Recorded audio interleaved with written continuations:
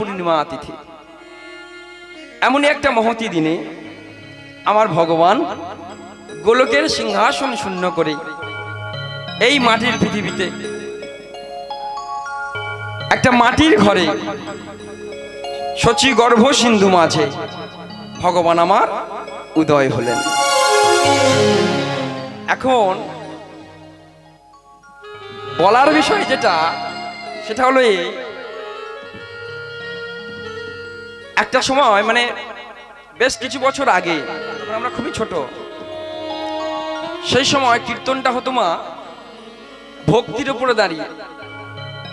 কীর্তন যারা শুনতে বসেছেন আমার ভক্তবৃন্দ এবং যারা কীর্তন তৎকালীন সময় কীর্তন করতেন, আমরা দেখে দেখে বড় হয়েছি, উভয়ের মধ্যে একটা হৃদয়ের সম্পর্ক আর উভয়ের মধ্যে যেন ভক্তির ভান্ডার।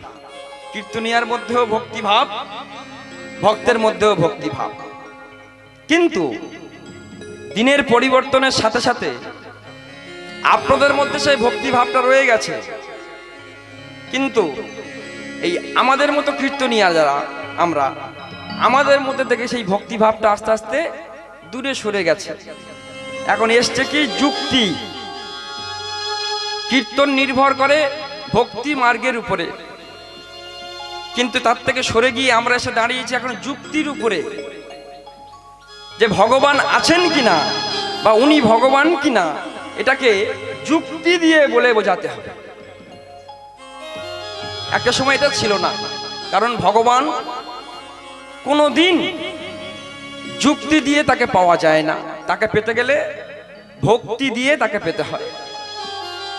তাহলে ইনি যে ভগবান, এই যে আমার মতো মূর্খ আমি বারবার বলছি উনি ভগবান, উনি ভগবান,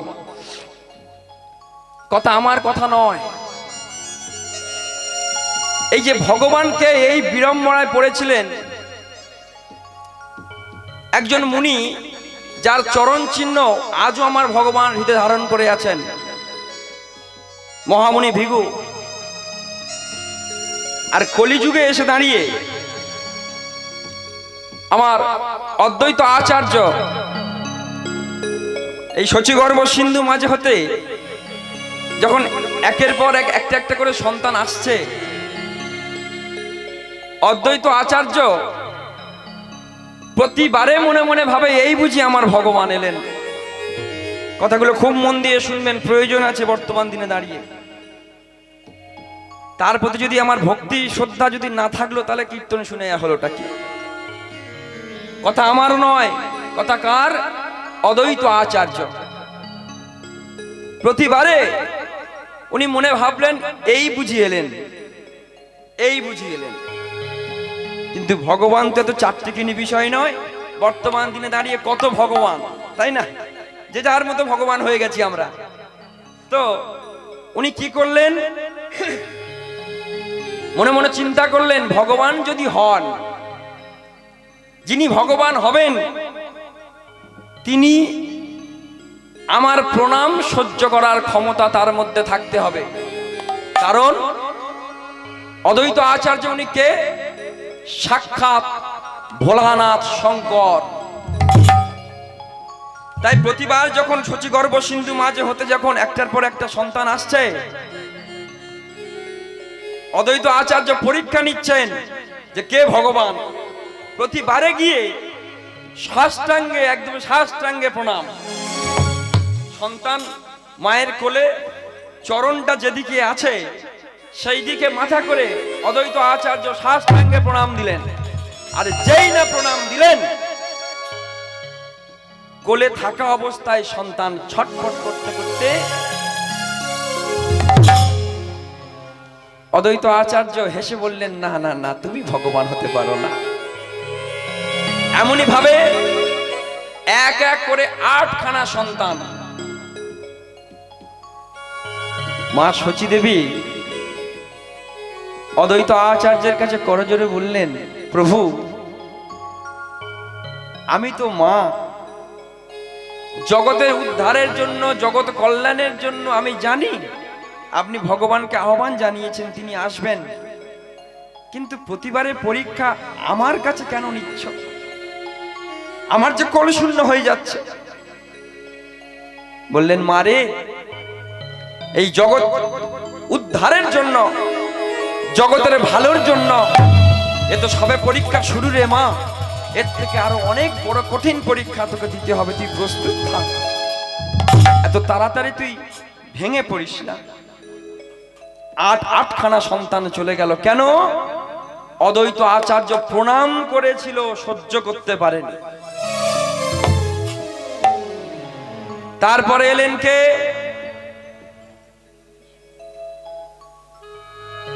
আমার গৌর সুন্দর আগে যিনি এসেছিলেন,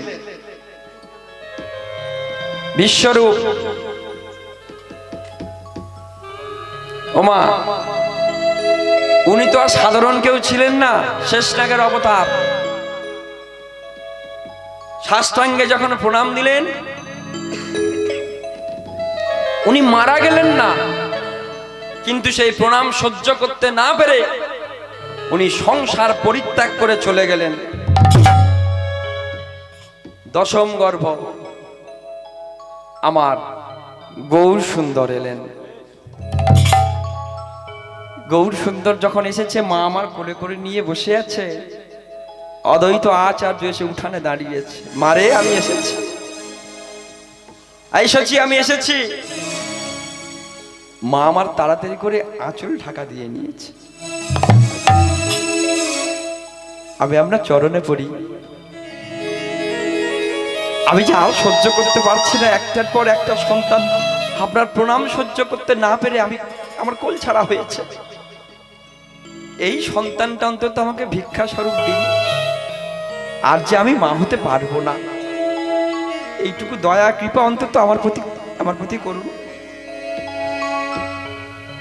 অদ্বৈত আচার্য মুচকি হেসে বললেন, মা চিন্তা করিস না, তোর পরীক্ষার শেষের দিনে এসেছে।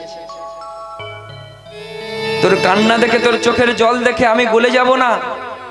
কারণ আমি যার জন্য সেখানে দাঁড়িয়েছি, তিনি জগতের কল্যাণ, জগতের ত্রাণকর্তা। তাকে যে আমাকে বেছে নিতেই হবে। কোনো কথা না শুনে অদ্বৈত আচার্য কি করলেন?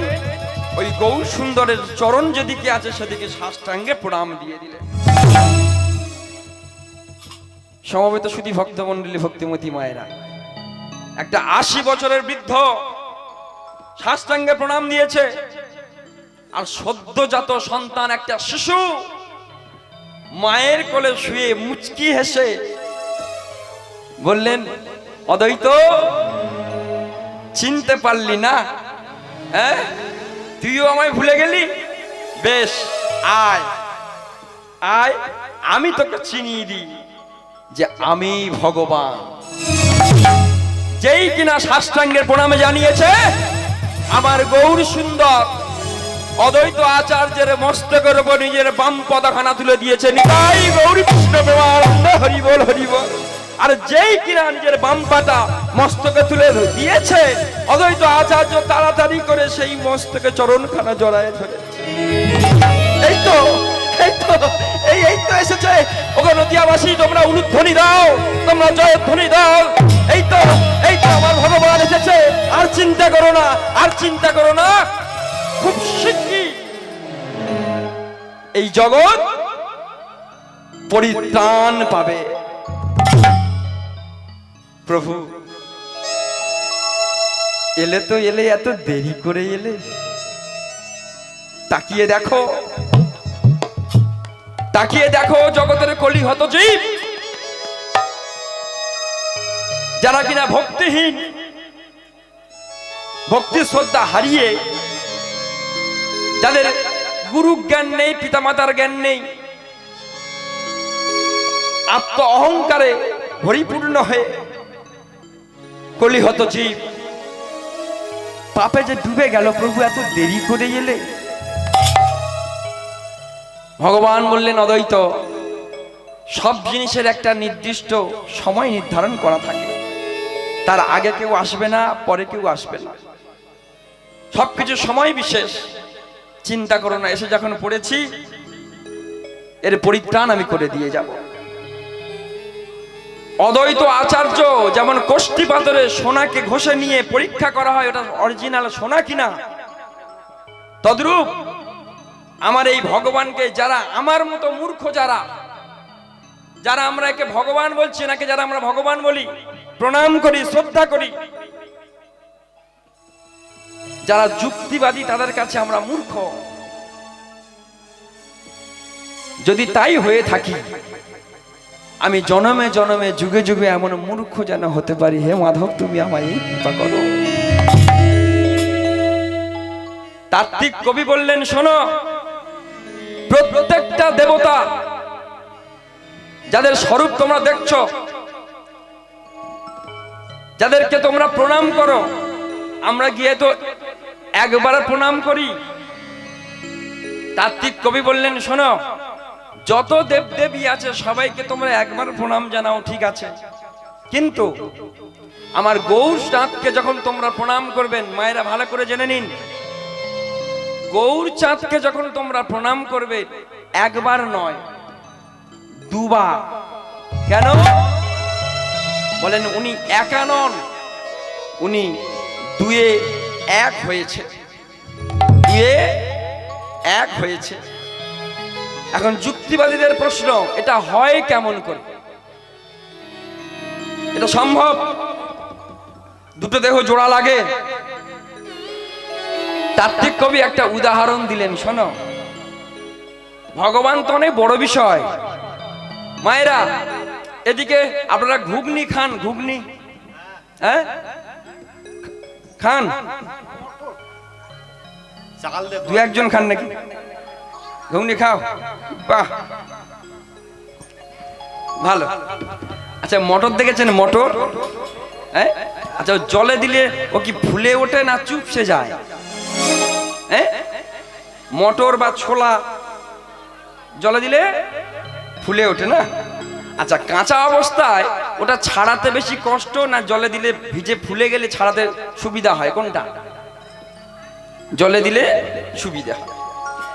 তাত্ত্বিক কবি বললেন, শোনো, এই যে আমার গৌরচাঁদকে দেখছো, ইনি হলেন মটর স্বরূপ। মটর, সবাই একে ছাড়াতে পারবে না, তাহলে ছাড়াবো কেমন করে? বলে, সময় থাকতে সাধুগুরু বৈষ্ণবের চরণ আশ্রয় করো।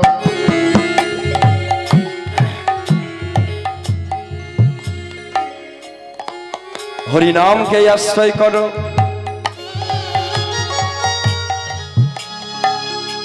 এই সংসারে থেকে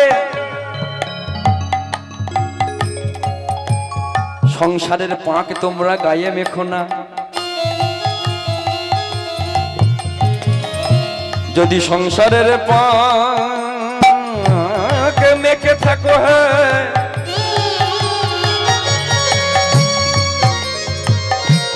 এই সংসারে আবর্জনার পাঁক যদি গায়ে মেখে থাকো, তাড়াতাড়ি দেরি না করে গুরু চরণ আশ্রয় করো। ওই গুরু চরণে আশ্রয় করে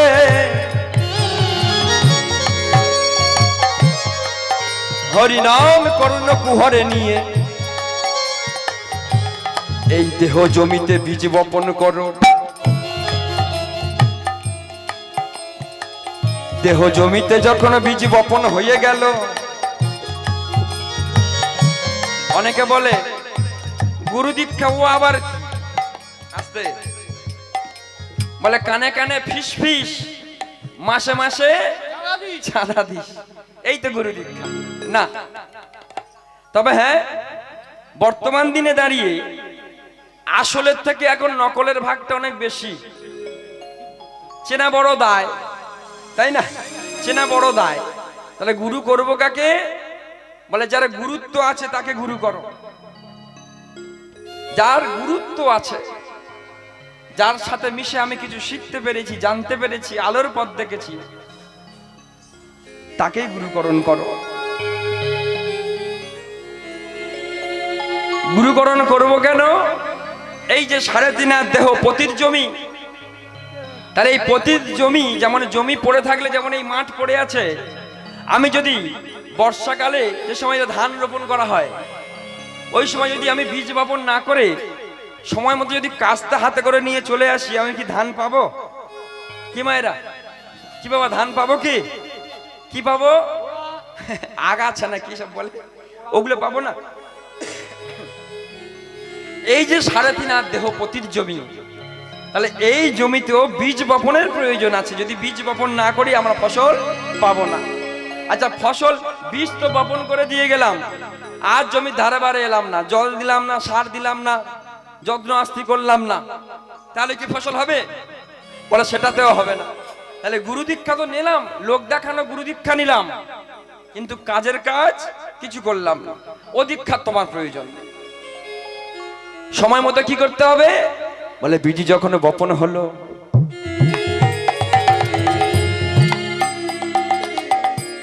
সকালে সন্ধ্যা বাড়িতে বসে করে করো তালি দিয়ে, বদন ভরে একবারে সবাই হরি নামে বলো।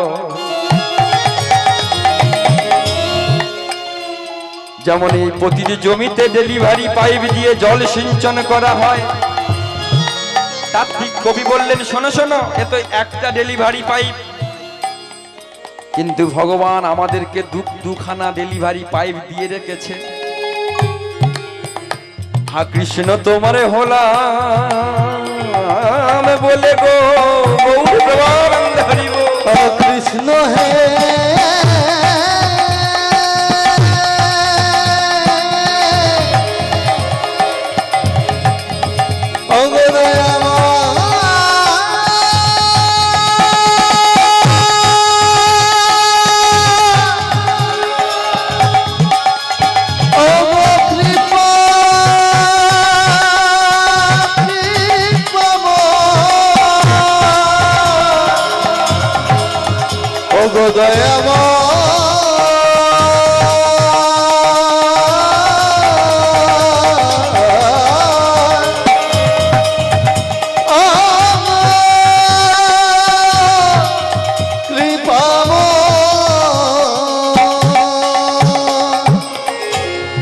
ওই যে দুখানা ডেলিভারি পাইপ দিয়েছে, একবারে কৃষ্ণ বলে কেঁদে কেঁদে নয়ন বাড়ি সিঞ্চন করো। যদি ঠিক মতো সিঞ্চন যদি করতে না পারি, বীজ অঙ্কুরিত হবে মা? কোনো দিন হবে না। এবারে কি হলো ঘটনা, যার কোনো কাজে লাগলো না সে বলল কি সব ফালতু জিনিস। আচ্ছা এর দোষ কি বীজের না তোমার মালিকের, কার? তাহলে আমি সেভাবে যত্ন আস্তি করতে পারলাম না, দোষটা আমার। তাহলে এই যে গুরু দীক্ষা, তাহলে সবাই এখানে কার কার দীক্ষা হয়েছে দেখি মা, কার কার দীক্ষা হয়েছে? হরে কৃষ্ণ, জয় রাধে। প্রত্যেকের চরণে আমার 100 কোটি দণ্ডবত প্রণাম। আর যাদের হয়নি তাদের চরণে আরো বেশি করে আসতে। অনেকে বলে আমরা গুরু দীক্ষা নিইনি। আমি হলফ করে বলতে পারি পৃথিবীতে কেউ একজনও এমন কেউ নেই যার গুরু নেই। দুঃখের বিষয় কেউ মানে আর কেউ মানে না। স্বাধীনতা সংগ্রামে যারা প্রাণ হারিয়েছেন, বিনয় বাদল, দীনেশ, ক্ষুদিরাম, ভগৎ সিং, আচ্ছা এনাদের গলায় তো তুলসীর মালা ছিল না, তাহলে এনার কি ভালো মানুষ ছিল না? আজ ওই মানুষগুলো যদি না থাকতো, আজকের আমরা এমন করে গলায় মালা দিয়ে ঘুরে বেড়াতাম না, তিলক সেবা করতে পারতাম না। তাদের তো গলায় মালা ছিল না, তিলক ছিল না, তারা কি মহামানব ছিল না? বলে ওরা কি গুরু দীক্ষা নিয়েছিল? আমি বলবো হ্যাঁ নিয়েছিল। কারণ এই যে গুরু দীক্ষা বা গুরুর প্রকার ভেদ আছে, সেই জ্ঞানটা আমাদের নেই। আমরা মনে করি গুরু দীক্ষা মানে শুধু এটাই, গুরুদেব ঘরে এলেন আর কানে মন্ত্র দিলেন, এই গুরু দীক্ষা। কথা আমার নয়, চণ্ডীদাস ঠাকুর বলছেন, চণ্ডীদাস ঠাকুর বৈষ্ণব চূড়ামণি, তিনি কলম দিচ্ছেন যে গুরু এক প্রকারের নয়, গুরু অনেক প্রকারের হয়। তাই অস্বীকার করার কোনো জায়গা নেই যে আমি গুরু দীক্ষা নিইনি বা আমার গুরুদেব নেই। চণ্ডীদাস পদাবলী, কথা আমার নয়। কোন ঋষি গুরু তোমার, কোন ঋষি চালা, কোন ঋষি গুরু তোমার, কোন ঋষি চালা, কোন ঋষি গুরু তোমার গলে দিল মালা, কোন ঋষি গুরু তোমার ফুকারিল কান, কোন ঋষি গুরু হয় দেহেরই পরাণ, কোন ঋষি গুরু হয় জ্যেষ্ঠেরই জ্যেষ্ঠ, আরে কোন ঋষি গুরু হয় সকলারই শ্রেষ্ঠ। দেখেছেন কতগুলো গুরু বেরোচ্ছে। এখন আমরা মনে মনে ভাবি এটাই যে আমি কানে মন্ত্র নিয়েছি মানে আমি দীক্ষা নিয়েছি। তাহলে তাই যদি হলো, তাহলে যারা বর্ডারে দাঁড়িয়ে বন্দুক ধরে আমাদেরকে রক্ষা করছে, তাহলে এরা কি গুরু দীক্ষা নেয়নি? এরাও নিয়েছে। গুরু পৃথক পৃথক ভাগ আছে। চণ্ডীদাস বললেন কথা আমার নয়। তাহলে উত্তর দিচ্ছেন, আগে যেটা বললেন ওটা প্রশ্ন, এবারে উনি উত্তর দিচ্ছেন গুরু কয় প্রকারের কি কি। শোনো, মনে ঋষি গুরু আমার, পবন ঋষি চালা উলুধ্বনি, আর মনে ঋষি গুরু আমার, পবন ঋষি চালা, বৈষ্ণব ঋষি গুরু আমার বলে দিল মালা, বৈষ্ণব ঋষি গুরু তোমার গলে দিল মালা, ওই না বৈষ্ণব ঋষি গুরু আমার গলে দিল মালা, আরে বৈষ্ণব ঋষি গুরু তোমার গলে দিল মালা, ব্রাহ্মণ ঋষি গুরু আমার ফুকারিল কান, ব্রাহ্মণ ঋষি গুরু আমার ফুকারিল আর ব্রাহ্মণ ঋষি গুরু আমার ফুকারিল কান, ব্রাহ্মণ ঋষি গুরু আমার ফুকারিল কান, ধাতা ঋষি গুরু হয় দেহেরই পরাণ, ধাতা ঋষি গুরু হয় দেহেরি পরা, ওই না ধাতা ঋষি গুরু হয় দেহেরই পরাণ, আরে ধাতা ঋষি গুরু হয় দেহেরি পরা, মাতা ঋষি গুরু হয় জ্যেষ্ঠেরই জ্যেষ্ঠ, মাতা ঋষি গুরু হয় জ্যেষ্ঠরি জ্যেষ্ঠ, আর মাতা ঋষি গুরু হয় জ্যেষ্ঠেরই জ্যেষ্ঠ, মাতা ঋষি গুরু হয় জ্যেষ্ঠরি জ্যেষ্ঠ, আর এই বসু মাতা গুরু হয় সকলারই শ্রেষ্ঠ। তাই তাত্ত্বিক কবি কি বললেন? কিছু করো আর না করো, গুরু সেবা করো ভাই, উলুধ্বনি গুরু সেবা করো ভাই, সেবা করো ভাই, গুরু বিনা গতি নাই, গুরু সেবা করো ভাই, গুরু বিনা গতি নাই, সেবা করো ভাই, গুরু বিনা গতি নাই, গুরু সেবা করো ভাই, গুরু বিনা গতি নাই, গুরু সেবা করো ভাই, গুরু বিনা গতি নাই, গুরু কৃষ্ণ প্রেমানন্দে হরি বল, গুরু সেবা করো ভাই, গুরু বিনা গতি নাই, গুরু সেবা করো, গুরু সেবা করো ভাই, গুরু সেবা করো, গুরু সেবা করো ভাই। বেশ, তাহলে চলুন, সময়টা খুব সুন্দর। মায়েরা এই সময় যদি বাড়িতে থাকতেন কি করতেন? এই সময়টা বাড়িতে আপনারা কি করেন? সিরিয়াল দেখেন না? না, আমার এদিকে ক্যানিকের মায়েরা ভালো, তাই না? এদিকের মায়েরা সব ভালো। কি করেন এই সময় মায়েরা? কি করেন এই সময় বাড়ি থাকলে? সন্ধ্যা দেওয়া হয়তো, আর বদন ভরে কৃষ্ণ নাম। চলুন, ভগবান যে শুধু আপনার বাড়িতে আছে তা নয়, তিনি সর্বত্র আছে। প্রমাণ করেছিলেন কে? প্রহ্লাদ মহারাজ, তাই না? অনু পরমাণুর মধ্যে আমার গোবিন্দ আছে। তাই চলুন, এমনই সুন্দর একটা হরিসভা, এত সুন্দর একটা ভক্ত সঙ্গ, এই খারাপ ওয়েদার সেটাকে উপেক্ষা করে আপনারা যে এসছেন এখানে, প্রত্যেকের চরণে তার জন্য শতকোটি দণ্ডবত প্রণাম। আমি তো ভেবেছিলাম হয়তো আমার ভাগ্যে আর কীর্তন পরিবেশন হবে না। যাক, গোবিন্দের কৃপায় আকাশটা কেটে গেছে, আপনারাও এসছেন। যাক, চলুন সবাই মিলে সময়টাকে একটু কাজে লাগিয়ে নিই। তাহলে ওই যে আমার গৌর চাঁদ এলেন, এই দেখেছেন হাতটা কেমন ভাবে আছে? এই, তাই না? কেন এই হাতটা এমন ভাবে কেন? যাদের দেখার চোখ নেই তারা আমরা কি দেখি? হাত ফাঁকা, খালি। কিন্তু যাদের দেখার মতো চোখ আছে তারা কি দেখে? বলে হাত খালি নয়, ভালো করে দেখো, মাথায় একটা খোড়া নিয়ে আছে গো। মায়েরা, কিসের? রাধা প্রেমের, প্রেম বিলাতে এসছে তো। আর বদনে হরিনাম। এই যে আমার গৌর চাঁদ এলেন, প্রমাণ হয়ে গেল উনি ভগবান। আজ সেই গৌর সুন্দর ওই সুরদিনী গঙ্গার তীরে সখাগণকে সঙ্গে নিয়ে খেলায় মেতে উঠেছে।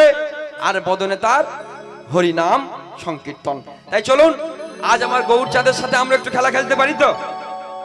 পেছনের মায়েরা সবাই খেলবো তো? আচ্ছা, যারা হাত নিয়ে এসছেন তারা একটু তুলবেন, আর যারা ভুলে বাড়িতে রেখে এসছেন তারা তুলতে হবে না, ঠিক আছে? এই দেখুন, এই হাত তোলার একটা কাহিনী বলি। মহাভারতের গল্প নিশ্চয়ই শুনেছেন। দ্রৌপদীর নাম শুনেছেন? দ্রৌপদী গো, দ্রৌপদী কে জানিস? মায়েরা জানেন দ্রৌপদী কে? জানেন তো? বেশ। ওনার কি হয়েছিল? বস্ত্রহরণ হয়েছিল না? আচ্ছা, যখন বস্ত্রহরণ হয়েছিল তখন দ্রৌপদী যখন এই দুঃশাসন টানছে, দ্রৌপদী কি করেছিলেন? একটা হাতে এই যুগল পয়ধরখানা ঢেকেছিলেন একটা হাতে, আর একটা হাত তুলে বলেছিল, হে মাধব, হে সখা, তুমি কোথায় আছো? এসে তোমার এই অভাগিনীর সম্মান রক্ষা করো। গোবিন্দ আসেনি। ওমা টানতে টানতে এবার যখন সব খুলে যাবে, সব খুলে যখন যাবে, দ্রৌপদী কি ভাবলেন যে আমার তো সব যদি খুলে যায় আর দুটো ঢেকে আর কি করব, তাই না? এবারে কি করলেন? জ্বালাই পড়ে দুটো হাত তুলে দিয়েছে। আগে একটা ছিল, এবারে দুটো তুলে দিয়েছে। হে নাথ, হে সখা, তুমি কোথায় আছো? এসে তোমার এই অভাগিনীর সম্মান রক্ষা করো। এক ডাকে, এক ডাকে গোবিন্দ চলে এলেন। দ্রৌপদী প্রশ্ন করেছিলেন, হে সখা, সেই তুমি এলে, তা সব খুলে গেলে এলে? হ্যাঁ, সেই তো এলে, সব খুলে গেলে এলে, আগে কেন এলে না? এই প্রশ্ন আমাদেরও মাথায় আছে। লক্ষ্য করে দেখবেন, কথাগুলো মিলিয়ে নেবেন। শাস্ত্র মানে শাসন বাক্য। অনেকে বলে সব আজগুবি গল্প। যার এমন মনে হয় আমার কাছে এসে বসো, এগুলো আজগুবি গল্প। আগেকার দিনে ঠাকুমারা বলতেন, বালিশে বসিস না, বালিশে বসলে কি হয়? আগেকার ঠাকুমারা বলতেন না, ভয় দেখো না, নাতি নাতনিদের ভয় দেখা, আয় বালিশে বসিস না, কি হবে? আচ্ছা, আদৌ কি তা হয়? আমরা যখন বড় হলাম কি দেখলাম? যে বালিশে বসলে বালিশটা ফেটে যাবে। কিন্তু ঠাকুমা কি বলেছিলেন? তখন আমরা কি বলি? ঠাকুমা তাহলে মিথ্যাবাদী। কি বাবা, কথাগুলো বুঝতে হবে। তাহলে ঠাকুমাকে মিথ্যাবাদী, সত্যিকে মিথ্যাবাদী উনি? না, উনি মিথ্যাবাদী নয়। বিষয়টা কি? আমি যখন ছোট ছিলাম আমার সে জ্ঞান ছিল না। ঠাকুমা যদি বলতো, ভাই বালিশে বসিস না, বালিশটা ফেটে যাবে, আমি আরো বেশি বেশি করে বসতাম। কি বসতাম না? বালিশ যতক্ষণ না ফাটবে ততক্ষণ বসতাম। ঠাকুমা জানতেন যে ও বাচ্চা, ওর জ্ঞান নেই, ও শিশু, ওর জ্ঞানের অভাব আছে, তাই ওকে ভালোভাবে বোঝালে হবে না, একটু ভয় দেখিয়ে বলতে হবে। শাস্ত্র হলো তাই। তৎকালীন সময়ে মুনি ঋষি যোগী যারা শাস্ত্র রচনা করেছেন তারা জানতেন কলিযুগের মানুষ এরা হবে কামাচারী, পাপাচারী, দুরাচারী, কৃষ্ণ ভোলা বহির্মুখী। এরা পিতামাতা জ্ঞান করবে না, গুরু জ্ঞান করবে না, এদের মধ্যে ভক্তি শ্রদ্ধা কিচ্ছু থাকবে না। তাই এদের যা তা ভাবে বোঝালে হবে না, কিছুটা ভয় দেখিয়ে, কিছুটা যুক্তি দিয়ে সব রকম ভাবে গ্রন্থ রচনা করে দিয়ে গেছে। আর সব থেকে গন্ডগোলটা কখন হয়েছেন জানেন? আমরা ছোটবেলায় ইতিহাসে পড়েছি, আমাদের সনাতনীদের এই যে রামায়ণ আর মহাভারত, এই দুটো গ্রন্থ, এই দুটোকে আমরা ইতিহাসের পাতায় পড়তে পড়তে বড় হয়েছি, এই দুটো নাকি মহাকাব্য। এখানে আমি মূর্খ মানুষ, আপনারা শিক্ষিত সমাজ এখানে যারা রয়েছেন, বিচার করে কথাগুলো দেখবেন একটু। আমাদেরকে ছোট থেকে কেমন করে ভুল শেখানো হয়েছে আমাদের এই ধর্মটাকে শেষ করে দেওয়ার চক্রান্ত করে। আমরা ইতিহাসে পড়েছি আমাদের রামায়ণ আর মহাভারত নাকি কি কাব্যগ্রন্থ। কেন হে মশাই, কাব্যগ্রন্থ বলে কাকে একটু আমাকে বুঝিয়ে দিন তো। কাব্যগ্রন্থ বলে কাকে? রবীন্দ্রনাথ থেকে শুরু করে, শরৎচন্দ্র থেকে শুরু করে যারা লেখক, তাদের মনন দিয়ে, চিন্তন দিয়ে তারা বিভিন্ন উপন্যাস রচনা করেছেন, গল্প লিখে গেছেন, সেগুলো কাব্যগ্রন্থ, যার সাথে বাস্তবের কোনো মিল নেই। কিন্তু আমাদের এই রামায়ণ মহাভারত আজ পর্যন্ত সারা পৃথিবীব্যাপী, যার অস্তিত্ব আজও বর্তমান, কুরুক্ষেত্রের মাঠ আজও আছে। বর্তমান এই বিশেষ কয়েক মাস আগের ঘটনা নিশ্চয়ই দেখেছেন, ভারতের মাননীয় প্রধানমন্ত্রী সেই যে দ্বারকার হদিশ পাওয়া গেছে সেখানে গিয়ে তিনি পূজা করে এসেছেন। আবার কি প্রমাণ দিতে হবে তোমাদের যে এগুলো কোনো গল্প নয়, ঘটনা নয়, বানানো গল্প নয়? দুঃখের বিষয় এটা, আমরা সনাতনীরাই মানতে চাই না। আমাদের মনের মধ্যে ঢুকিয়ে দেওয়া হয়েছে কাব্যগ্রন্থ মানে কি গল্পের মতো লিখে রেখে গেছে, এর কোনো ঠিক ঠিকানা নেই। তাহলে রামায়ণ যদি ভুল হলো, শ্রীলঙ্কা জুড়ে আজও পর্যন্ত রামায়ণের বহু হদিশ, আজও পর্যন্ত ভারতবর্ষের মাটিতে দাঁড়িয়ে রামায়ণের বহু হদিশ, বহু চিহ্নিত জায়গা, আমাদের ভারতবর্ষের পুরানো দিনের যে ম্যাপ, সেই ম্যাপগুলো খুলে দেখুন, তৎকালীন সময়ে যে নামগুলো ছিল, যেটা আমরা বর্তমানে আফগানিস্তান বলছি, গান্ধার, গান্ধার রাজ মানে গান্ধারীর বাবা ওখানে রাজত্ব করতেন, ওই রাজ্যের নাম ছিল গান্ধার, পরবর্তী সময় এখন নাম হয়েছে আফগানিস্তান। এইটা মানি, কিন্তু ওটা আর মানতে চাই না। এই দোষ কাদের? অন্যান্য ধর্মাবলম্বী মানুষদের না, এই দোষ আমাদের। আমরা নিজেদের ধর্মটাকে নিজেরা ছোট করতে ব্যস্ত। জগৎকে শিক্ষা দিলেন কি? সময় থাকতে সঁপে দাও। এই দুটো হাত তোলা, এটা মানে কি বোঝায়? নিজেকে সঁপে দেওয়া, সারেন্ডার করা। কেন? এ কথা শুধু দ্রৌপদীর, শুধু যে দ্রৌপদীর ক্ষেত্রে ঘটেছে তা কিন্তু নয়।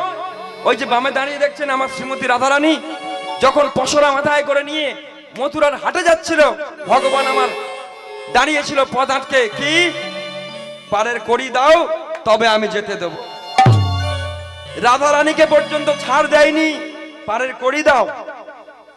2 আনা নাও, হবে না। 3 আনা, 4 আনা, 5 আনা, হবে না। কত লাগবে? 16 আনা। তার মানে 16 আনা মানে কি? 1 টাকার কয়েন। ওনার কাছে ওই টাকার কোনো মূল্য নেই। আরে ভারতবর্ষের টাকা অন্য দেশে চলে না, তার কাছে কি মূল্য আছে? তাহলে 16 আনাটা কি? 10টা ইন্দ্রিয়, চক্ষু, কর্ণ, নাসিকা, জিহ্বা, ত্বক, পাক, পানি, পাত, বায়ু, প্রস্থ। 10 ইন্দ্রিয়, ষড়রিপু, 6টা রিপু, কাম, ক্রোধ, লোভ, মোহ, মদ, মাৎসর্য। এই 10 আর 6 16। রাই যদি 16 আনা দাও তাহলে আমি পারাপার করে দিতে পারি। জগৎকে শিক্ষা দিয়ে গেল, সময় থাকতে 16 আনা সঁপে দাও, সময় মতো আমি তোমায় পারাপার করে দেব। তাই চলুন, এই সেই সময় এসছে, আমরা সবাই মিলে নিজেদের 16 আনা সঁপে দিই। আর একবার বদন ভরে আমার গৌর সুন্দর যে নামের ডালি নিয়ে খেলা খেলছে সকালের সাথে, একবার আমরা সবাই মিলে বদন ভরে বলবো। কি বাইরে বলতে পারবো তো?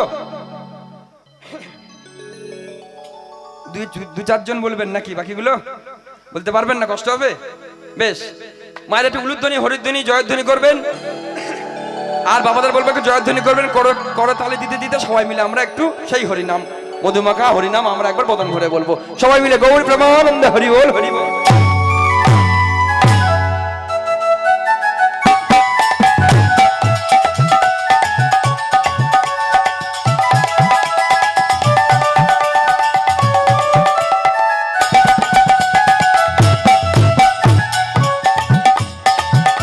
বেশ বেশ বেশ, হ্যাঁ সবাই মিলে, সবাই মিলে।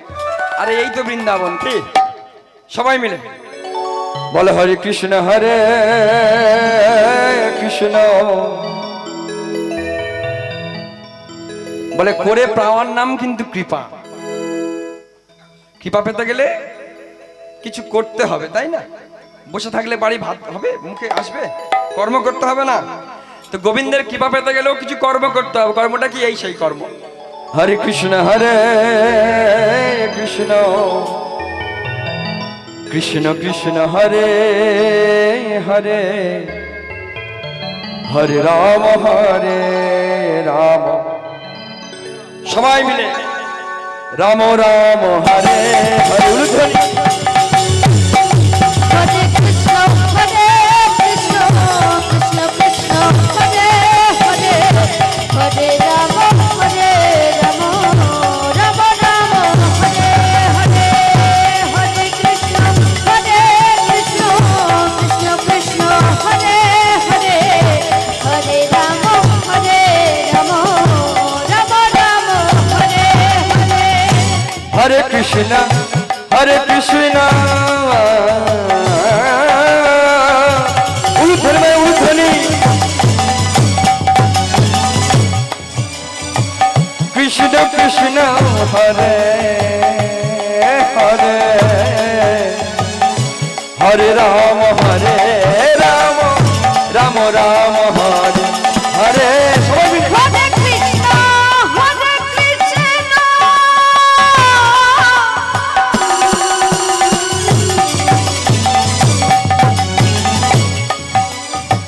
কৃষ্ণ কৃষ্ণ হরে হরে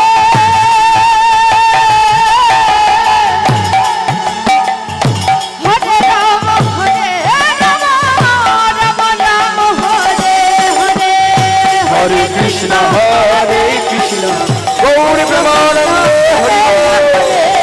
হরে রাম রাম রাম হরে হরে হরে কৃষ্ণ কৃষ্ণ কৃষ্ণ হরে হরে হরে রাম রাম রাম হরে হরে হরে কৃষ্ণ কৃষ্ণ প্রেমানন্দে হরি বল হরি বল হরি বল। হরে রাম রাম রাম হরে হরে। জয় রাধে জয় রাধেশ্যাম। চলুন এই যে হরিনাম সংকীর্তন আমার ভগবান শ্রী গৌর সুন্দর ভক্তগণ সখাগণ সঙ্গে লয়ে এই হরিনামের খেলা খেলছেন, এমন সময় একজন পিছন থেকে ডাক দিয়েছে, ও দাদা, ও দাদা, ও দাদা, খেলা বন্ধ করো, খেলা বন্ধ করো। কে তিনি? তার নাম অভিরাম দাস ঠাকুর। ডাক দিয়েছেন, দাদা, খেলা বন্ধ করো। কেন, কি হয়েছে? ওই দেখো। কি দেখবো? ভালো করে তাকিয়ে দেখো। বাড়ি যাবে না? কি ঘরে ফিরতে হবে তো? এই যারা কীর্তন শুনতে এসছেন, কীর্তন গান হয়ে গেলে বাড়ি যেতে হবে না? হ্যাঁ, অভিরাম দাস ঠাকুর বলছে, দাদা খালি খেলা কর, সারাদিন তো তুমি খেলে গেলে, আর কত খেলবে? হ্যাঁ, সে সকালবেলা এসছো, সন্ধ্যা হয়ে গেছে, বাড়ি যাবে না? দাদা নিত্যানন্দ তাকিয়ে দেখলেন, ও মা, হ্যাঁ তাই তো, সূর্য ডুবে যাচ্ছে, আর দেরি নয়। এবারে সমস্ত সখা মিলে আমার গৌর চাঁদকে সঙ্গে নিয়ে ঘরের দিকে যাবে বলে প্রস্তুত। তাত্ত্বিক কবি বললেন, আচ্ছা ওখানে লীলার মধ্যে যে সূর্য ডুবে যাচ্ছে, মানে যে সূর্য পূবাকাশে উঠে পশ্চিম আকাশে অস্ত যায়, এখানে কি ওই সূর্যের কথা বললেন? বলছেন না, যেমন ভাবে ভক্তরা খেলায় মেতে আছে, সূর্য ডুবে যাচ্ছে, সে হুঁশ নেই, জ্ঞান নেই, তদ্রূপ এই জগৎ সংসারে আমি যখন জননী জঠরে এসেছিলাম, আমার জীবন সূর্য উদিত হয়েছিল। এই জগতের মাঠে খেলা খেলতে খেলতে আমার জীবন সূর্য কখন যে আস্তে আস্তে অস্তমিত হতে চলেছে, সে হুঁশ বা সে জ্ঞান আমার হচ্ছে না। তাই এই লীলার মধ্যে দিয়ে অভিরাম দাস ঠাকুরকে দিয়ে এই জগৎকে জানাচ্ছে, ভালো করে তাকিয়ে দেখো, তোমার মাথার চুলগুলো যে আস্তে আস্তে সাদা হচ্ছে,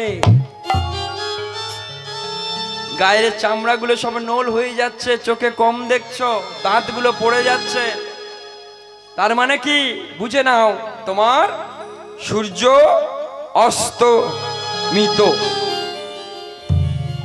তৈরি হয়ে নাও, আর কত খেলবে সংসারে, যেতে তো হবে একদিন। আমার গৌরচাঁদ কীর্তন করছে, সবাই নাচছে, গাইছে, আনন্দ করছে, পদপ্রান্তে দাঁড়িয়ে পদকর্তা, তার অবস্থাটা কেমন? একটা ছেঁড়া কাঁথাতে তিনি শয়ন করে আছেন। আপনারা যেমন আনন্দ করছেন, দুটি বাহু উত্তোলন করছেন, উলুধ্বনি, হরিধ্বনি, জয়ধ্বনি, শঙ্করধ্বনি করছেন, তিনি ছেঁড়া কাঁথাতে শুয়ে শুয়ে আফসোস করছে, যে হে মাধব, একটা সময় যখন আমার ছিল আমি হাত দুখানা তুলতে পারতাম, কিন্তু সেদিন আমি তুলিনি। দুপা হেঁটে হরিবাসরে যাওয়ার ক্ষমতা যেদিন আমার ছিল সেদিন আমি যাইনি। যেদিন কৃষ্ণ বলে একবারে কাঁদার কথা ছিল সেদিন আমি কৃষ্ণ বলে কাঁদিনি, আমি সংসারের জন্য কেঁদেছি। হে মাধব, আজ সেই সংসার আমার চারতলা থেকে ছেঁড়া কাঁথাতে এনেছে। আগে ছিলাম চারতলাতে, এখন আমার জায়গা হয়েছে সিঁড়ির তলাতে।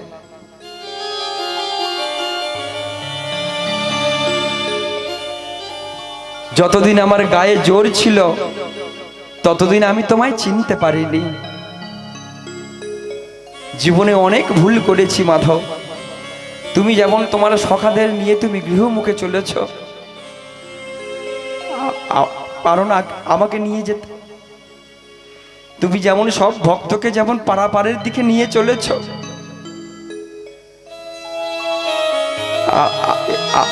আমাকে ফেলে রেখে চলে যাবে, আমায় নিয়ে যাবে না? কুসন্তান হয় বই কু পিতামাতা কোনোদিন হয় না। হে না, তুমি তো জগৎ পিতা। আমি বুঝতে পারিনি আমার এই সংসার, যাকে আমি আমার সারা জীবনটা দিয়ে দিলাম, না খেয়ে না দিই, কত কষ্ট করে তিল তিল করে তৈরি করা আমার এই সংসার, কত স্বাদের বাড়ি, কত স্বাদের গাড়ি, আজকে যখন আমি দিতে পারি না, আজ আমার চারতলা থেকে নামিয়ে আমার ওই ছেঁড়া কাঁথাতে নিয়ে এসেছে। তাত্ত্বিক কবি বললেন, শোনো, পাতি লেবু দেখেছেন? পাতি লেবু কোথাও নিমন্ত্রণ বাড়িতে যখন যাবেন দেখবেন প্রথম পাতে কি দেয় বাবা? পাতি লেবু দেয় না? কত সম্মান, কত সম্মান। আর সবার আগে পাতা থেকে ফেলে দেওয়া হয় কাকে? ওই পাতি লেবুটাকে। যতক্ষণ এই পাতি লেবুতে রস ছিল ততক্ষণ ওই পাতি লেবুটা নিকড়ে নিকড়ে নিকড়ে আমরা কতগুলো ভাত খেলাম। যখন পাতি লেবুর খোসাটা যখন পাতা থেকে নিচে ফেলে দিলাম, খাওয়া শেষ করে যখন আমি চলে যাচ্ছি, ওই পাতি লেবু তখন আমাকে ডেকে বলছে, মানে পাতি লেবুর জায়গায় তাত্ত্বিক কবি বয়ান দিচ্ছে, ভাই শোনো শোনো, সবার আগে আমাকে পাতে দিল আর তুমি আমায় সবার আগে ফেলে দিলে। হ্যাঁ, তখন সেই ব্যক্তি উত্তর দিচ্ছে, শোনো, তোমার সাথে সম্পর্ক আমার ততক্ষণ ছিল যতক্ষণ তোমার মধ্যে রস ছিল। এখন আর তোমার মধ্যে রস নাই, তোমার সাথে আমার আর কোনো সম্পর্ক নাই। কথাগুলো শুনতে খারাপ লাগলেও অতি বাস্তব জিনিস। মৌমাছি দেখেছেন? মৌচাক দেখেছেন? মৌচাক, মৌচাক বাবা বলুন তো, একজন মৌমাছি যে সারা বছরটা কত ফুলে ফুলে কাটায় ক্ষত বিক্ষত হয়ে মধু সঞ্চয় করে করে এনে ওই মৌচাকটা বাঁধলো, শেষ পর্যন্ত কি মৌমাছি ওই মধু খেতে পারে? খেতে পায়? খেতে পায় না। খায় কারা? আমার মতো কেউ গিয়ে ওই মৌচাকে আগুন লাগিয়ে দিয়ে মৌমাছিগুলোকে পুড়িয়ে মেরে মৌচাকটা কেটে এনে ওই মৌচাকে নিকড়ে নিকড়ে মধু বের করে আমরা খাই। এই সংসারটা তদ্রূপ। আজ ভগবান সবাইকে নিয়ে গৃহমুখে চলেছে, অধম আমি বাকি রইলাম, পড়ে গেলাম। কেন? সময় থাকতে আমি তাকে ডাকতে পারিনি। যখন আমার দেওয়ার মতো কিছু ছিল তখন আমি দিইনি। আজ যখন আমি পথের ভিখারি, নিজের সংসারের মানুষ যখন আমাকে দেখে না, যখন আর কেউ গায়ে গা লাগিয়ে বসে হা হা হি হি করে না, যখন কেউ গায়ে গা লাগিয়ে বসে দুটো গল্প কথা করে না, সেই দিন আমার মনে পড়েছে, গোবিন্দ তুমি আছো, তুমি আমায় উদ্ধার করো। তাই সময় থাকতে শুধলে যাও, সংসারে থাকো। রামকৃষ্ণ পরমহংসদেব বলেছিলেন, শোন নরেন, যত খুশি কাঁঠাল খা, কিন্তু কাঁঠাল খাওয়ার আগে একটু হাতে মুখে সরষের তেল লাগিয়ে নে। যত খুশি খা, তোর হাতে আর মুখে আঠা লাগবে না। এই সংসার জগতে দাঁড়িয়ে সেই সরষের তেল হলো আমার এই হরিনাম, মহৌষধি, যেটা আমার গৌর সুন্দর নিয়ে এলেন। বলে হাতে করো কাম আর মুখে বলো নাম। কিন্তু আমরা বুঝলাম না। অনেকে বলে আমি এটা করি সেটা করি, কখন নাম করব? আরে খুন্তি নাড়তে নাড়তেও হরি কথা বলা যায়। কি কর্ম তো হাত করবে, যেটুকু সময় পাই, যেটুকু সময় পাই। সীতার বাবাকে চেনেন? সীতার বাবা, সীতার বাবাকে বাবা রাজা কি জনক রাজা। ওনার নাম কিন্তু জনক নয়, জনক হচ্ছে একটা উপাধি। শুধু উনি একা জনক নয়, ওনার পূর্বপুরুষ থেকে জনক এই উপাধি পেয়ে পেয়ে আসছে। ওনারও একটা নাম ছিল, ওনার নাম ছিল রাজা শিরধ্বজ। ওনাকে বলা হতো ঋষিরাজ, ঋষিরাজ বলা হতো, ঋষিরাজ মানে একদিকে রাজা আবার অপরদিকে ঋষি, আবার উনি ঋষিদের মধ্যে শ্রেষ্ঠ, তাই ওনাকে ঋষিরাজ বলা হয়। ঋষিরাজ একজন বৈষ্ণব, তার মনে প্রশ্ন জেগেছে যে উনি রাজা আবার ঋষি, এটা হয় কেমন করে? যে রাজা হয় সে আবার ঋষি হতে পারে? এটা তো সম্ভব নয়। রাজা ঋষি কিভাবে হবে? আমাকে জানতে হবে যে উনি রাজা হয়েও ঋষি কেমন করে হয়। পরীক্ষা নেবে বলে ওই রাজা শিরধ্বজের রাজপ্রাসাদের সম্মুখে এসে দাঁড়িয়েছে। জয় মহারাজের জয়, জয় মহারাজের জয়, জয় মহারাজের জয়। আসুন আসুন আসুন। হে মুনিবর, বলুন আমি কি সেবা করতে পারি? হে রাজন, আপনার কাছে আমার একটা প্রশ্ন আছে, সেই প্রশ্নের উত্তর জানার জন্য আমি আপনার কাছে এসেছি। বেশ বেশ, আসুন অন্তঃপুরে আসুন। অনেকটা পথ কষ্ট করে এসেছেন তো, আসুন আমি আপনার প্রশ্নের উত্তর দেবো, তার আগে আমাকে সেবা করার সুযোগ করে দিন। অন্তঃপুরে ডেকে নিয়ে গেছে, ডেকে নিয়ে গিয়ে খুব সুন্দর করে সেবা যত্ন করে দাসীদেরকে, পটরানীদেরকে বললেন, শোনো, সেবার ব্যবস্থা করো, মুনিবরের সেবা দাও। নানানবিধ অনেক রকমের তরি তরকারি করে ওই মুনিকে সেবা দেওয়া হয়েছে। মুনিবর সেবা করতে বসেছে। সেবা করতে বসে হঠাৎ লক্ষ্য পড়েছে উপরের দিকে। কি? যেখানে সেবা করতে বসেছে দেখছে উপরে একটা বড় পাথর, একটা বড় পাথর একটা সরু সুতো দিয়ে ঝুলিয়ে রেখেছে। এখন মুনিবর প্রশ্ন করেছিলেন রাজানকে, হে রাজন, আপনি একদিকে রাজা আর একদিকে ঋষি, তা আপনি ঋষির কাজ কখন করেন আর রাজকার্য কেমন করে চালান? এটাই আমার প্রশ্ন। রাজা উত্তর দিচ্ছে একটু কায়দা করে। খেতে বসিয়ে নানান রকমের তরি তরকারি দিয়েছে, আর দেখছে মাথার উপরে একটা সরু সুতো দিয়ে বড় পাথর বেঁধে রেখেছে। আর যেই চোখ পড়েছে ওই পাথরের দিকে, আচ্ছা মা, আর খাওয়া হয়? মাথার উপরে বড় পাথর যদি ছিঁড়ে পড়ে যায় ও আর নেই, খাওয়া আর হবে কি? খাচ্ছে, খেতে বসে উঠে পালাতে পারে না। কি করে খাচ্ছেন? নয়নটা আছে ওই পাথরের দিকে, আর পাথরের দিকে তাকিয়ে তাকিয়ে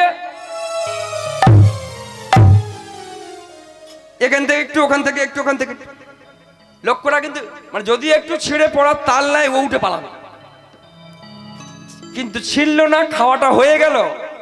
এবার এসে শয্যা পরে শয়ন করতে দিয়েছে, আর রাজন এসে চরণ পরে বসে চরণ সেবা করতে করতে বলছেন, হে মুনিবর, সেবায় সন্তুষ্ট হয়েছেন?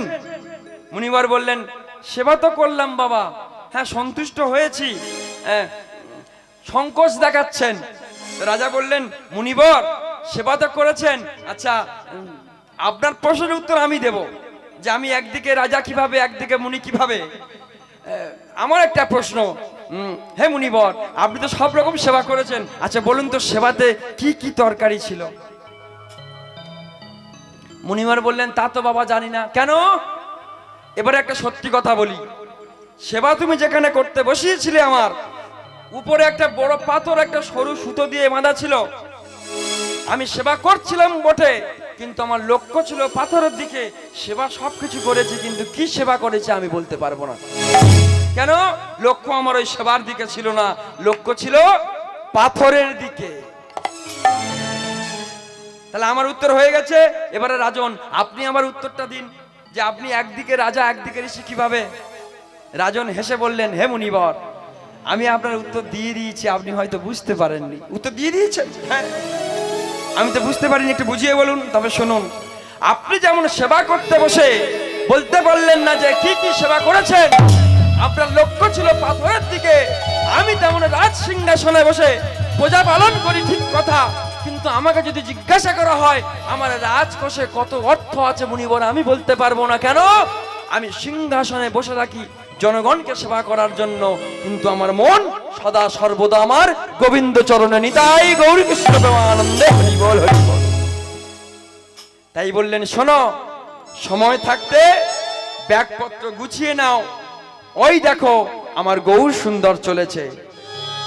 সূর্য ডুবে যায় ডুবে যায়, সখাদেরকে সঙ্গে নিয়ে আমার গৌর চাঁদ চলেছেন কোথায়? গৃহমুখী।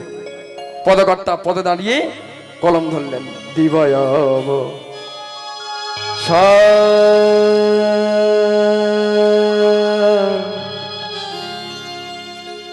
দিবয়বসান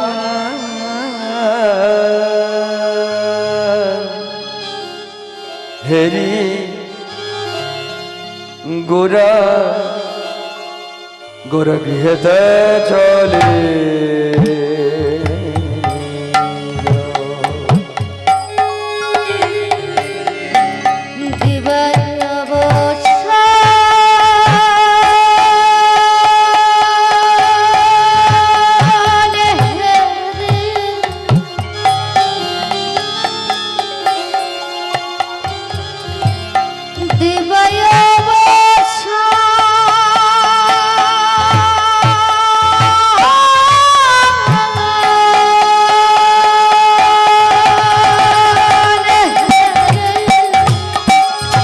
চলো চলো, ঘরে যেতে হবে, ঘরে যেতে হবে।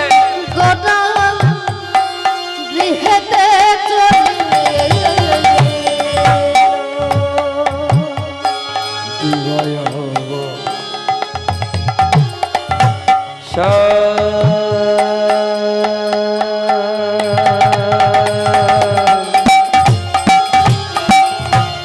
দিবয়বসা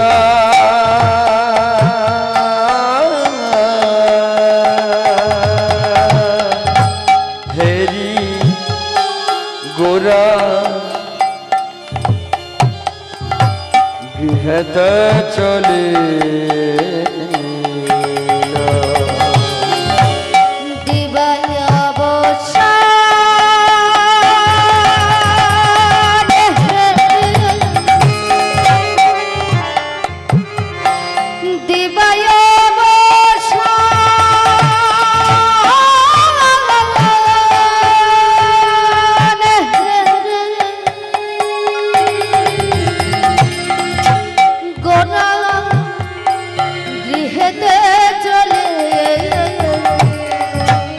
জননী চরণে আসি।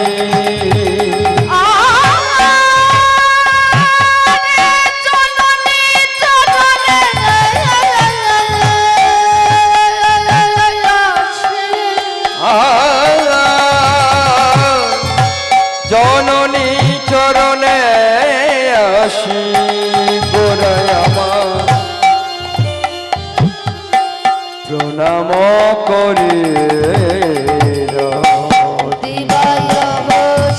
কৃষ্ণ প্রেমানন্দে হরি বল হরি বল হরি বল।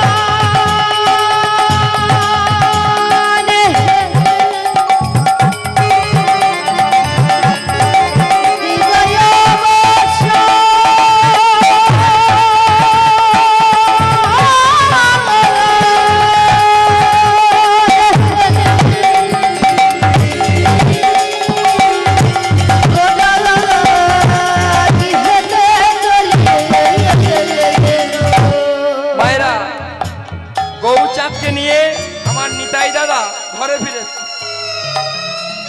আমার যেই ঘরে ফিরেছে, এখন মা শচী দেবী গৌরকে নিয়ে মায়ের সম্মুখে দাঁড় করিয়ে দিয়েছে। মা চিনতে নিতাই, কে এটা? নিতাই বলেন, মা তুমি গৌরকে চিনতে পারছো না? তো এবার গৌর হবে নাকি? কেন না, যখন সকালে খেলতে গিয়েছিল, মায়েরা দেখবেন যখন বাচ্চা বাচ্চা ছেলে মেয়েরা খেলতে যায় মাঠে, আপনারা কত সুন্দর কাজল পরিয়ে দেন, চুল আঁচড়ে দেন, সাজিয়ে দেন না, পরিষ্কার পরিচ্ছন্ন জামা কাপড়। আচ্ছা, খেলে যখন বাড়ি আসে তখন কি হাল ওই একই থাকে? এই কি এটা বলেন, মা ভালো করে তাকিয়ে দেখো। মা কি করেছেন? ওই আঁচল দিয়ে, ইস সোনার বরণ গৌর আমার, আর তোরাই কি করে এনেছিস? সারা অঙ্গে ধুলা। তাত্ত্বিক কবি বললেন, মা দাদাকে তুমি বকাবকি করো না। কেন? তুমি এই যে গৌরঙ্গে ধুলা দেখছো, বলে এ ধুলা ও ধুলা নয়, এ ধুলা ও ধুলা নয়, বাহ্যিক দৃষ্টিতে এই ধুলা। তাত্ত্বিক কবি বলেন, এটা কোন ধুলা? গৌর এসছেন ধুলা মাখার জন্য। কোন সে ধুলা? আমরা কলি হতো জীব, যে ধুলা সারাক্ষণ আমরা অঙ্গে মেখে আছি, আমাদের পাপ তাপ শোক জ্বালা যন্ত্রণা, এই যে ধুলা, এই ধুলা গৌর চাঁদ আমার অঙ্গে মাখবে বলে হাত তুলে দাঁড়িয়ে আছে। তোরা আয় আমার বুকে, তোদের অঙ্গের ধুলা আমার অঙ্গে নিতে আমি এই জগতে এসেছি। আর বাহ্যিক দৃষ্টিতে কি দেখলেন? বলে এই সেই ধুলা। এটা কোন ধুলা? দেখবেন এই কীর্তনের পরে লুটের গান হয় না মা? হরি লুটের গান হয় না? হয়তো কি বলা হয়? ধুলা মাখরে আনন্দ করে, এই তো কি আমার প্রতি বছর তো আমার নিতাই ভাই কীর্তন দেন নাকি? শোনেন না? না ওই সময় থাকেন না? বাতাস ওই সময় তো বাতাসা দেয়, পাগলি আসিস না। ধুলা মাখরে আনন্দ করে, এই তো ব্রজের ধুলা। আচ্ছা বেশ, এই পদখানা যিনি রচনা করেছেন, বৈষ্ণব চূড়ামণি রাখাল দাস বাবাজি এই পদ রচনা করেছেন, পদের তত্ত্ব উনি উদ্ঘাটন করেছেন। নদিয়া নবদ্বীপের মাটিতে দাঁড়িয়ে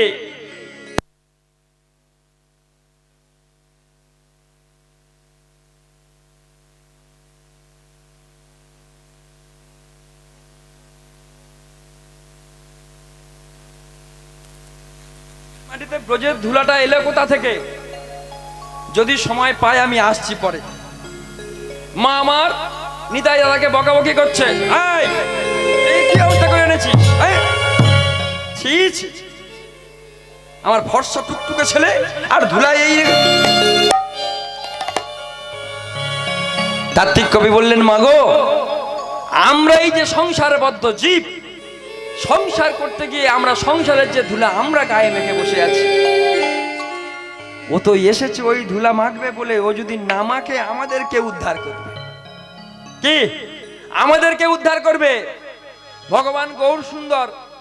ওনার লেখা কোনো গ্রন্থ পাওয়া যায়নি, উনি গ্রন্থ লিখছিলেন, কিন্তু উনি যখন জানতে পারলেন ওনার একজন শিষ্য ভক্ত মুরারি গুপ্ত ওই সময় একটা গ্রন্থ রচনা করছেন, উনি লেখা বন্ধ করে দিয়েছিলেন।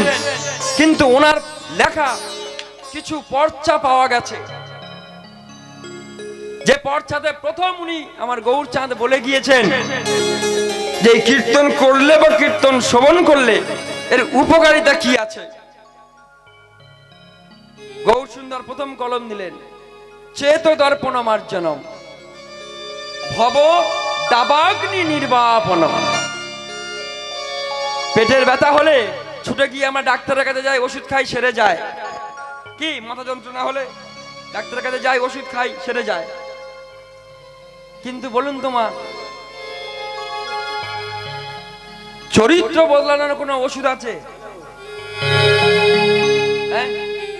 উঠেছে? আছে। বললেন শোনো, একটা পুকুরে যদি পানা ভর্তি হয়ে থাকে, সেই পুকুরে যেমন জোছনার আলো পড়ে না, তেমন যে মনে নোংরারূপী ধুলো, যে মনে কামনা বাসনার ধুলো জমে থাকে, সেই মনে আমার গৌর চাঁদের জ্যোৎস্না সেই মনেও উদয় হয় না। তাই বললেন চেত দর্পণ মার্জনম। যেমন আমাদের ঘরে আয়নায় যদি একটু ধুলো পড়ে, এটা আমার মায়েরা ভালো জানবে। কি মায়েরা, আয়না প্রতিদিন মোছেন না? প্রতিদিন মোছেন তো? মোছো না? এদিকের মায়েরা আয়না মোছেন না? মোছেন তো? বেশ। কেন? মুখটা যদি আয়না সামনে ধরলে দেখে হালকা হালকা ঠোঁটটা হয়তো বাঁকা বাঁকা লাগছে ধুলোর জন্য। তাড়াতাড়ি করে 2000 টাকা দামের শাড়ি হলেও আমার সোজা ঠোঁট বাঁকলো কেন? কি তাই না? আয়না চট করে আয়নাখানা মুছে নিলাম। আচ্ছা, এ তো গেল বাইরের আয়না। বাইরের আয়নার ধুলো যেমন কাপড় দিয়ে মুছে নি, মনের যে আয়না, এর মধ্যে যে ধুলো জমেছে সেটা কি বুঝবে কেমন করে? তাই গৌর সুন্দর বললেন চেত দর্পণ মার্জনম ভব দাবাগ্নি। এই যে ভব, এই যে সংসারের জ্বালা, এতগুলো মানুষ আপনারা বসে রয়েছেন, আমার পিতামাতা সম আপনারা, একজন বলুন তো বাবা, সংসারে সুখী কে আছেন? এই সংসারে সুখী কে? আমি জানি না এখানে কার কত টাকা পয়সা আছে, যার যাই থাক, সুখী কে আছেন? এক বিরাট প্রশ্ন। কি এই প্রশ্ন আমার নয়, এই প্রশ্ন আমার নয়, প্রশ্ন করেছিলেন একজন, কে জানেন? পঞ্চ পাণ্ডব যখন অজ্ঞাতবাসে ছিলেন, ওই সময় মা কুন্তী ওনার পিপাসা পেয়েছিল।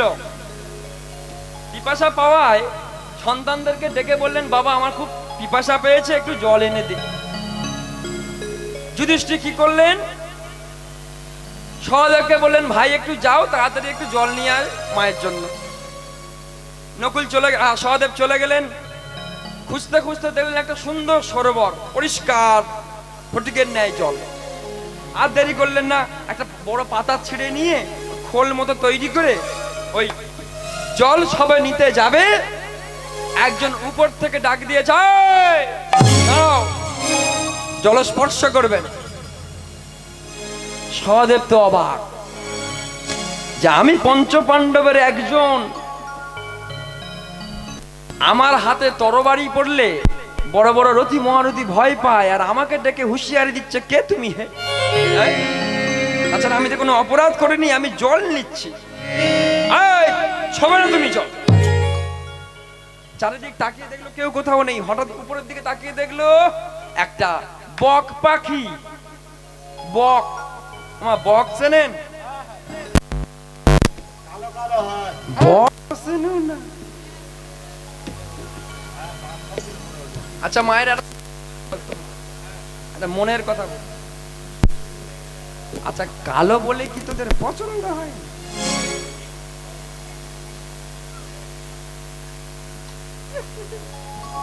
যখন থেকে এসে দাঁড়িয়েছি মা মা বলছি না, তাই না? ব্যবহার দেখো সৎ মায়ের মতো, মুখে ওরকম অনেকে বলে। মেয়ে দেখতে গেলে পাত্রপক্ষ কি বলে আসে, আমরা বাড়ি গিয়ে জানাবো। তার মানে কি?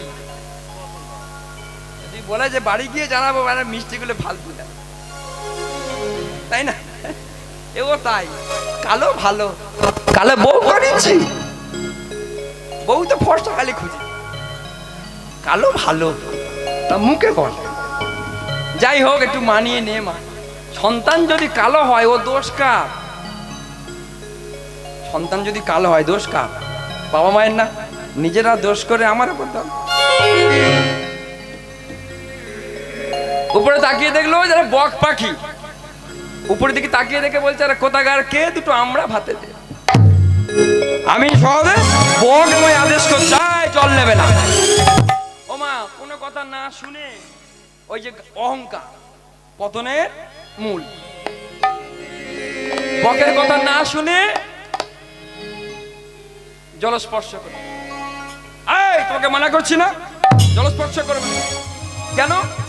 শোনো, যদি জল নিতে চাও, আমার 4টে প্রশ্নের উত্তর দিতে হবে। যদি সঠিক উত্তর তুমি দিতে পারো, তাহলে তুমি এই হ্রদের জল নিতে পারো। সহদেব শুনলেন না, জলস্পর্শ করলেন, আর সাথে সাথে হরিবোল হয়ে গেল। অনেকক্ষণ হয়ে গেল সহদেব ফেরেনি। একে একে নকুল এলো, সেই একই অবস্থা, কথা শুনলো না, জল স্পর্শ করলো, ব্যাস। ভীম এলো, একই অবস্থা। পার্থ এলো। পার্থকে পার্থকে কার নাম? পার্থ কি বাবা? পার্থ কার নাম? অর্জুন। পার্থ শুধু অর্জুনের একার নাম নয়, পঞ্চ পাণ্ডবে ওই 5 জনের নাম পার্থ। আমরা এটা মনে ভাবি যে শুধুমাত্র অর্জুনের নাম পার্থ, না, 5 ভাইয়ের নাম পার্থ। নামটা এলো কোথা থেকে? যাকে আমরা কুন্তি বলি, এ এক বড় হিস্ট্রি। ওনার নাম কুন্তি নয়, ওনার নাম ছিল পৃথা। কি নাম ছিল? পৃথা। সেই পৃথা নাম হতে 5 ভাইয়ের নাম এসছে পার্থ। অর্জুন একা নয়। যাই হোক, অর্জুন এলো, সেও কথা শুনলো না, একে একে সব পাটে পাটে শুয়ে আছে। কেউ কথা শোনেনি। যুধিষ্ঠির যখন দেখলেন যে আমার বীর 4 ভাই জল আনতে গেল, এখন মা তুমি একটু বসো, আমি যাবো আর আসবো। এবার যুধিষ্ঠির গিয়েছে জল আনতে, গিয়ে দেখে ও মা জল নেবে কি, দেখলো 4টে ভাই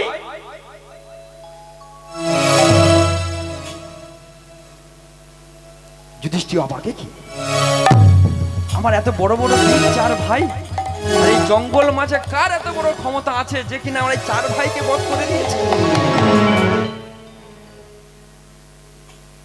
হে গোবিন্দ, একটা পরীক্ষার মধ্যে দিয়ে আমি যাচ্ছি, আবার নতুন কোন পরীক্ষায় ফেলে দিলে? তুমি আমায় উপায় বলে দাও, আমি এখন কি করব? যুধিষ্ঠির মনে মনে চিন্তা করলেন, ভাইরা তো মারা গেছে, আর জল যদি না নিয়ে যাই মাও মারা যাবে, মাতৃহত্যা পাপ লাগবে। তাই তাড়াতাড়ি করে ওই পত্র একখানা নিয়ে হ্রদের জল নিতে যাবে। এমন সময় বলা, দাঁড়িয়ে যাও, জল স্পর্শ করবে না। যুধিষ্ঠির তাড়াতাড়ি করে উপরের দিকে তাকিয়ে দেখলো একটা বক পাখি মানা করছে। উনি তো আর আমার মতো মূর্খ নয়। যুধিষ্ঠির নামটা ভাঙলে কি আসে? বলে যিনি যুদ্ধে পর্যন্ত স্থির থাকেন, আমার মতো চঞ্চল নয়। দাঁড়িয়ে গেলেন, মনে মনে চিন্তা করলেন যে তাহলে এই ঘটনা ঘটেছে, কথা শোনেনি তাই এরা মারা গেছে। আর দেরি করলেন না, করজোরে দাঁড়িয়েছে। উনি বক, আর ইনি যুধিষ্ঠির বকের সম্মুখে করজোরে দাঁড়িয়েছে, কারণ উনি বুঝতে পেরেছিলেন যে ইনি বক নয়, বক রূপে কেউ একজন আছে। করজোরে দাঁড়িয়ে বলছেন, আমি জানি না আপনি কে, আপনার চরণে আমার এই মিনতি।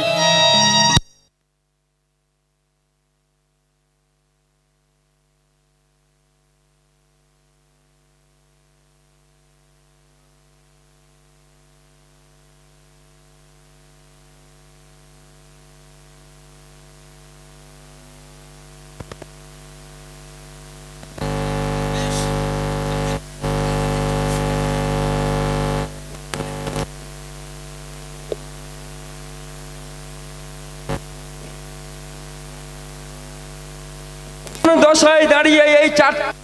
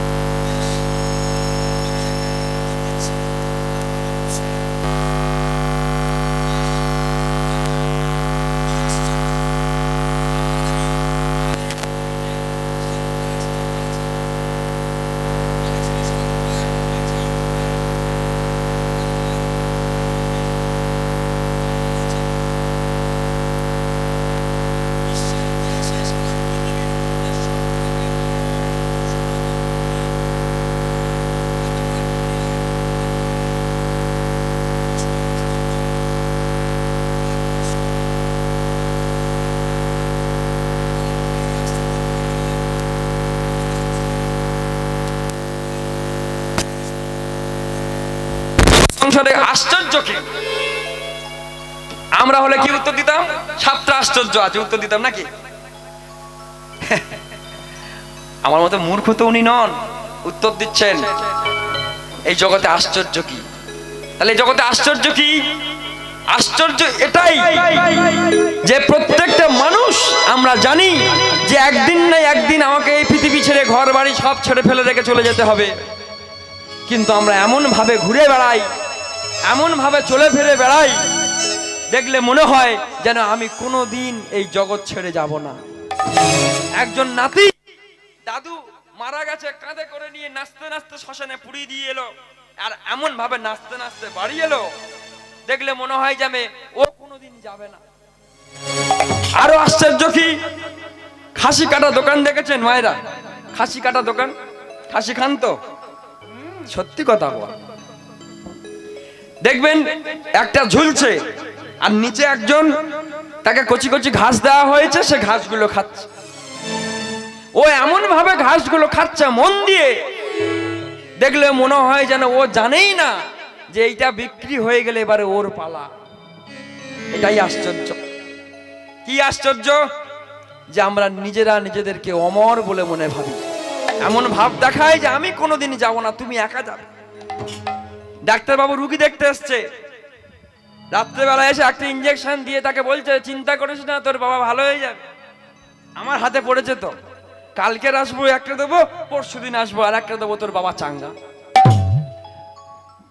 একজন দাঁড়িয়ে দাঁড়িয়ে হাসছে যে তুই যাকে বলে যাচ্ছিস চিন্তা করিস না, দুদিন দুটো ইঞ্জেকশন দেবো, তোর বাবা ভালো হয়ে যাবে, ও ডাক্তার তুই বাড়ি গেলে যদি তোকে একটা ইঞ্জেকশন দিয়ে দেয় আর তোর যদি কাল না আসা হয়, তুই একজনকে বলে যাচ্ছি আমি কাল আসবো, তুই জানিস তুই কতক্ষণ? কি আমরা কেউ জানি? তবু দেখো হাম হ্যাঁ, আয় তোর দেখে নেব, তোর দেখে নেব। আমি একজনকে দেখে নিচ্ছি আর একজন আমায় দেখে নিচ্ছে। এটাই হলো জগতের সব থেকে বড় আশ্চর্য। প্রত্যেকটা জীব মরণশীল জানি, কিন্তু মানি না। সাধু সাধু। বেশ, পরবর্তী উত্তরটা দাও। কি আশ্চর্য, কি বার্তা? বার্তা মানে কি? আনন্দবাজার পত্রিকা বা বর্তমান এগুলো, স্টার আনন্দ, এসব না, এটা বার্তা নয়। তাহলে বার্তা কোনটা? কেন এসেছি আর কিভাবে যাব, এটাই বার্তা। তাহলে বার্তাটা কি মনে থাকবে? যে আমি কেন এসেছি আর যাব কিভাবে, এটাই বার্তা। কি আশ্চর্য, কি বার্তা! পথ বলিকারে, পথ বলিকারে। তাহলে পথটা কি? যুধিষ্ঠির উত্তর দিলেন মহাজন জ্ঞাতস্য পন্থা। তার মানে মহাজনগণ যে পথ অনুসরণ করেছেন, আমাদের প্রত্যেকের উচিত কোনো যুক্তিতে না গিয়ে মনের মধ্যে ভক্তি নিয়ে একবার নিতাই গৌরী কৃষ্ণ প্রেমানন্দে হরি বল বলতে বলতে আমাদেরকে সেই পথে অনুসরণ করা উচিত। সাধু সাধু সাধু। কি আশ্চর্য, কি বার্তা! পথ বলিকারে কোন জন সুখী হয় এই চরাচরে? তাহলে এই জগতে সুখী কে? আমার প্রথম যখন আমি ভেবেছিলাম নিতাইয়ের এই প্যান্ডেল, এই যে আয়োজন, নিতাইয়ের বাড়ি আমি প্রথম এসেছি, খুব ভালোবাসে, যতটা ভালো ও আমায় বাসে আমার মনে হয় আমি হয়তো ওকে বাঁচতে পারিনি। আমার দুই ভাই, এক নিতাই এক গৌর। আমি এসে ওর বাড়িখানা দেখে আমি অবাক হয়ে গেছি। দূর থেকে যখন এলাম দেখলাম প্যান্ডেলটা, দেখলাম বহু জায়গায় তো ঘুরে বেড়াই, এত বড় একটা হরিসভা নির্মাণ করতে গেলে যে খরচের একটা ব্যাপার, এই টাকাতে ওর দুকামরা ঘর হতো। গরু কে? তোরা হাসিস নি, এ ফসল এমনি এমনি ভালো হয়নি। আসার সময় মাটিকে প্রণাম করে আসতে পারেনি, মাকে দেখতে পাইনি, তবে যাওয়ার সময় আবার প্রণাম আমি করে যাব। এমন ফসল জন্ম যে দিয়েছে, তার মাটি কত না ভালো। নিতাই গৌর। জগতে সবাই তো ঘর বাড়ি নিয়ে পড়েছে কি, আর ইয়ে গরু দেখুন কি আসছে, পাগল। গোবিন্দের কাছে প্রার্থনা করি, আশীর্বাদ করার ক্ষমতা আমার নেই। লাইভ সম্প্রচার চলছে, যারা লাইভ দেখছেন তাদের চরণ ধরে বলি, যারা আপনারা এখানে ভক্তগণ রয়েছেন আপনাদেরও চরণ ধরে বলি, জীবনে তো আমাদের অনেক কিছু হলো, নিজেরা তো করতে পারিনি। আমার এই দুই ছোট ভাই নিতাই আর গৌর, কত মন বড় হলে গোবিন্দের কৃপা বিনা, পয়সা অনেকের আছে, অনেকের অনেক টাকা আছে, কিন্তু এই পারপাসে খরচা করার মতো মন মানসিকতা সবার হয় না। যে মন মানসিকতা নিয়ে আমার এই ছোট্ট দুই ভাই এত সুন্দর মহতি হরিসভা নির্মাণ করেছেন ভিক্ষা করে, আমি জেনে খুব খুশি হয়েছি। দুই ভাই অনেকদিন আগে থেকে ফোন করে করে বলে, দাদা এখানে আছি, ওখানে আছি, সেখানে আছে। আমি বলি এত গরম পড়েছে, বাড়ি যা, মরে যাবি। একটা কথা আমাকে বলেছিল, দাদা এই কর্ম করতে গিয়ে যদি পথে পড়ে মরেও যাই, জানবে আমার জীবন ধন্য। ধন্য সেই বাবা মা, যে বাবা মার গর্ভে এমন দুটো রত্ন এসেছে। গৌর প্রেমানন্দে হরি বল, হরি বল। দু হাত ভরে একটু আশীর্বাদ করবেন উলুধ্বনি জয়ধ্বনি করে, যেন জনমে জনমে এমন মানব হয়ে এসে এমন ভাবে বৈষ্ণব সেবা, গুরু সেবা, গোবিন্দ সেবা এরা করতে পারে। সবাই মিলে একবার কৃষ্ণ প্রেমানন্দে হরি বল, হরি বল।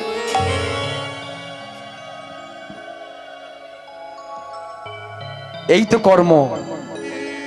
তাহলে সুখীকে আমার যেটা মনে হয়, এই যে ঘর বাড়ি দেখে আমার যেটা এখন মনে হচ্ছে, এই স্টেজে দাঁড়িয়ে, বাসরে দাঁড়িয়ে, এদের থেকে সুখী আর কেউ নেই।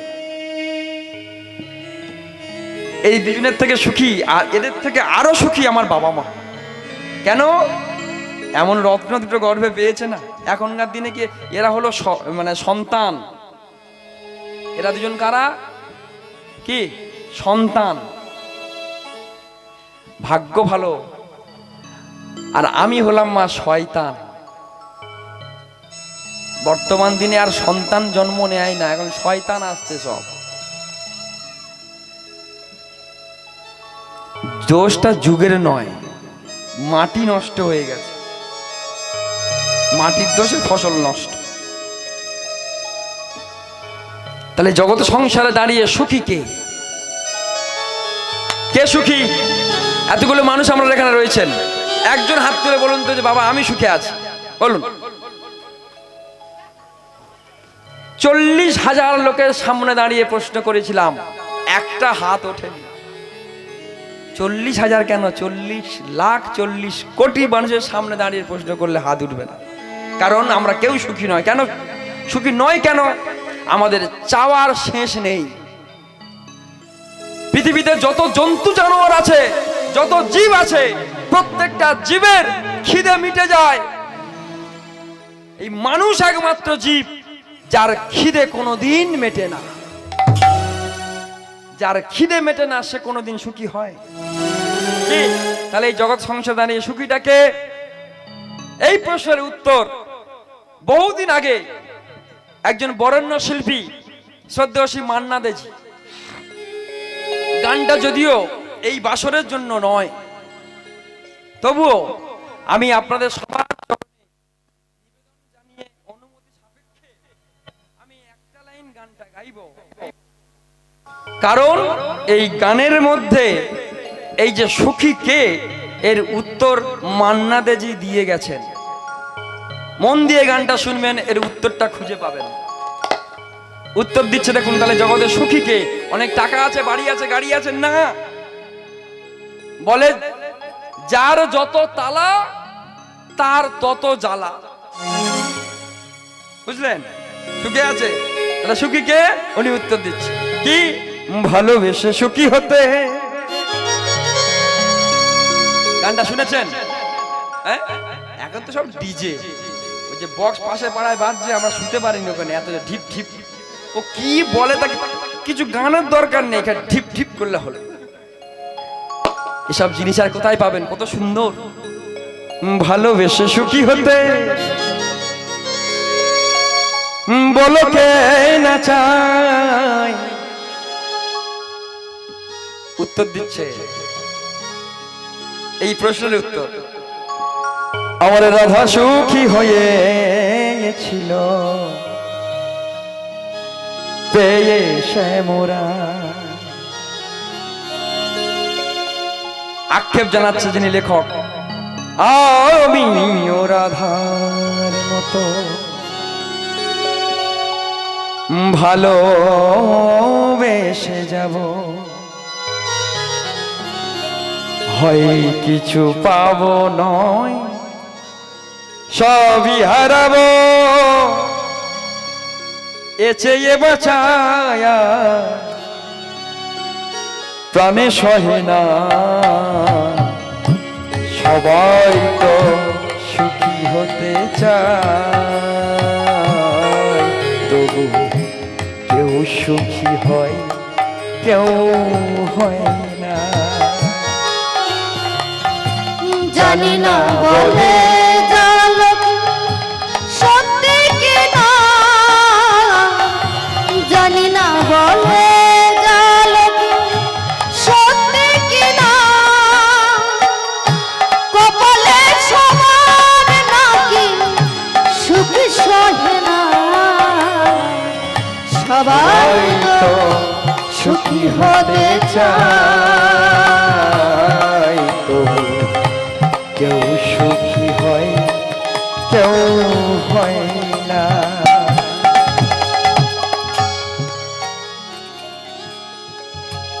উনি আরো বলছেন,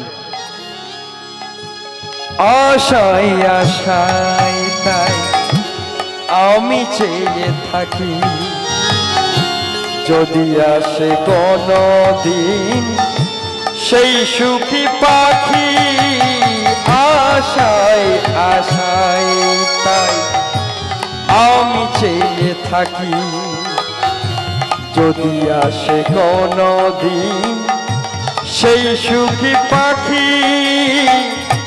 এ চেয়ে বাঁচায়া প্রাণে সহে না। সবাই কৃষ্ণ প্রেমানন্দে হরি বল হরি বল।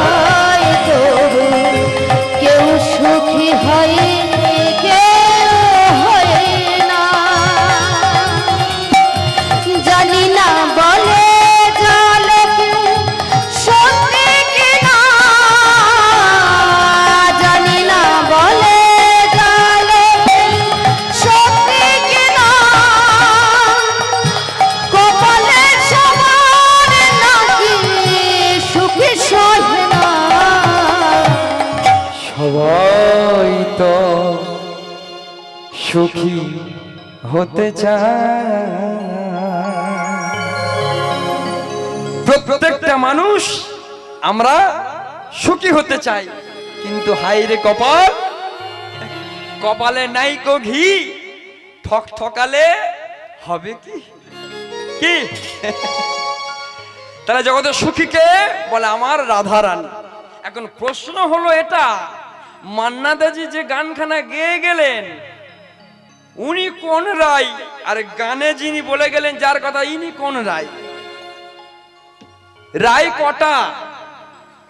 রায় শুধু উনি একা নন, ওনার কথা বলেননি। উনি যেমন একদিকে সুখী, আর উনি মান্না দাজি যে রায়ের কথা বলে গেলেন সে রায়টাকে এই জগতের প্রত্যেকটা মানুষ রাই কথার অর্থ বলে কৃষ্ণ আরাধ্যা ইতি রাধা। যে বা যারা কৃষ্ণ চরণ আশ্রয় করেছে, কৃষ্ণ ধ্যান কৃষ্ণ জ্ঞান মনে করে চলে, কৃষ্ণ চরণে এই আমার গৌর নিতাই ভাইয়ের মতো সবকিছু সঁপে দিতে পেরেছে, এই জগতে এরাই হলো রাই। নিতাই গৌর কৃষ্ণ প্রেমানন্দে হরি বল হরি বল। এমন রাই জগতে যারা আছেন তারা প্রত্যেকে সুখী। যত কাউকে যে যত ধনী হোক, কাউকে কখনো ধনী বলতে শুনেছেন? যার পদবী ধনী, মুকেশ আম্বানি ধনী, টাটা বিড়লা ধনী, কি কেউ কেউ শুনেছেন? ধনী কারোর পরে নেই, সারনেম নেই। এই ধনী সারনেম একজনের পরে দেওয়া হয়েছে, তিনি কে? আমার রাই ধনী। এই জগতে একমাত্র ধনী বলা হয়েছে কাকে? তিনি আমার রাধারানী। কেন? বলে কৃষ্ণ প্রেম ধন যার কাছে আছে এই জগতে একমাত্র সেই ধনী, আর বাকি সব ভিখারি। যার যত থাক তবু হাত পাতে। হাত পাতে কারা? কি? আর সব থেকে বড় ভিখারি হচ্ছে আমরা। 20,000 হোক আর 25,000 হোক, যে টাকায় বাইনা করে আনো না কেন, আঁচলে পা দেবো চাস, তাই না? প্রত্যেকের চরণ ধরে বলি, এই মহতী হরিসভা নির্মাণ করতে মায়েরা প্রচুর একটা অঙ্কের একটা অর্থ খরচ হয়েছে। দুটি ভাইকে তো আপনারা চেনেন ভালো করে, আপনারা এলাকার মানুষ। অনেক কষ্ট করে, সত্যি অনেক কষ্ট করে এই মহতী হরিসভা নির্মাণ করেছে। আপনারা পিতামাতা সম ওদের। আর এত সুন্দর হরিসভা আমাদের একার পক্ষে, ও যেটা পেরেছে আমাদের সে ক্ষমতা হবে না, একা একা পারবো না। যজ্ঞ কুণ্ডটা ওরা দু ভাই জেলে দিয়েছে, এই সুযোগ। একা একা যজ্ঞ করার ক্ষমতা আমাদের নেই। এটা হয়তো অনেকের আছে, এটা খুব ছোট। ব্যাংক ব্যালেন্স প্রচুর আছে, কিন্তু অন্য খাতে খরচা করব। কালী পূজায় 20,000 দেবো, কেন? আমার 20 জন বন্ধু আসবে, যেন খেয়ে শুয়ে। কিন্তু হরি নামে 5 টাকা চাও, পিলে চমকে উঠে। কেন? এখানে তো এর ব্যবস্থা নেই, তাই না? তাই খুব কষ্ট তো চটিক হয়ে গেছে সারা দিতে দিতে। প্রত্যেকের চরণ ধরে বলি, দান জগতের শ্রেষ্ঠ ধর্ম। তবে হ্যাঁ, দান যেন দানের মতো হয়। মাঝখানে যখন করোনার পিরিয়ড ছিল, খবরে দেখেছেন বা পেপারে দেখেছেন, 500 চাল আর 500 আলু, 250 ডাল একটা পুডলিতে বেঁধে বড় বড় নেতা মন্ত্রীরা একজন গরিব মানুষকে দিচ্ছে। ওই একটা পুডলি তার হাতে দিচ্ছে, 20 জন ঘিরে ধরে ফটো তুলছে। ফটোটা দেখলে মনে হবে এরা সবাই মিলে ওর দিচ্ছে, না সবাই মিলে ওর থেকে কেড়ে নিচ্ছে। শালা বোঝা বড় দান। এটা দান নয়। দান তো সেটা ডান হাত দেবে, বাম হাত জানবে না। আয় আমি এই করেছি, তোমার সব ভরসা কি? আমি এই দিয়েছি, তোমার বেকার দেওয়া হয়েছে। দান করো চুপি চুপি, তবে সেই দান কাজে লাগবে। যে জানার তাকে জানিয়ে দাও, আর যারা জানলে ফুটি মারবে তাদের জানাবার কোনো প্রয়োজন নেই। প্রত্যেকের চরণ ধরে বলি, মা, 2 ভাইয়েরা যাবে, ভিক্ষাটা চাইছি আমি। আমার এই গোবিন্দ সেবায়, এই হরিনাম মহাযজ্ঞে হুম কন্ডুটা জেলে দিয়েছে 2 ভাই। যারা একটু বুদ্ধিমানের কাজ করতে চান তাদের চরণ ধরে বলি, এই যজ্ঞ করার ক্ষমতা আমাদের নেই, কিন্তু একটা একটা করে একটু ওই অর্থ দান করে আহুতিখানা দিয়ে দিন। যজ্ঞে কিঞ্চিত অংশগ্রহণ করুন। এই যজ্ঞে যে পুণ্য অর্জন হবে, সেই পুণ্যের ভাগ বা ভাগীদার আপনারাও হবেন। যার যেমন সাধ্য, যার যেমন ক্ষমতা অনুযায়ী আমার 2 ভাই আমার পক্ষ থেকে ঝোলা পেতেছি আমি। কারণ বড় ভিখারি তো আমি, ঝোলা পেতেছি আমি তো যেতে পারছি না, তাই আমার হয়ে 2 ভাই যাবে। তাই 2 ভাই যাবে, পারলে আর মামাকে নিয়ে নাও, 2-1জনকে নিয়ে নাও, পিছন থেকে ভিক্ষা করে করে এসো। আর একটা কথা বলি, ভিক্ষা চেয়েছি বলে এই সুযোগে যেন কেউ হাত পা ছাড়াতে উঠে যাবেন না। না, অনেকে আছে না, এই রে এই সুযোগে একটু পাটা ছাড়ি, দরকার পরে পা আমি টিপে দেব, কিন্তু কেউ পা ছাড়াতে যাবেন না। আর একটা কথা বলি, এমন কিছু দেবেন যাতে করে ওদের বইতে কষ্ট না হয়, আর যেন শব্দ না হয়, ঠিক আছে? হ্যাঁ, খসখস করে শব্দটা হোক, ঝনঝন করে না শব্দ হয়। চলুন, জয় রাধে, জয় নিতাই। আর দেরি নয়, গৌর আমার ঘরে ফিরেছে। আর পদকর্তা পদবান্তে দাঁড়িয়ে ওই গৌরের যে হেন রূপ দর্শন করে পদকর্তা আমার কলম দিচ্ছেন। মায়েরা সবাই একটু উলুধ্বনি, জয়ধ্বনি, নিতাই গৌর কৃষ্ণ প্রভানন্দে হরিবল। চলে গেছে। গৌর সুন্দর ধুলা মেখে আছে, পদকর্তা বলছে ওই ধুলা মাখা চরণ যদি আমি একটুখানি পেতাম। আরে আরে রাধা মোহন পদ করো তহি, ও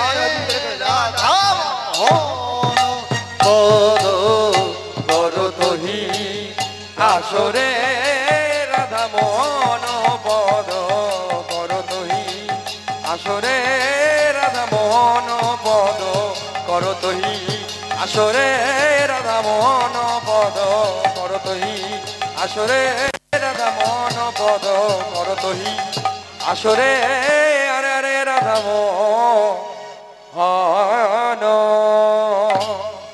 রাধে জয় রাধে জয় রাধে। এতক্ষণ আমরা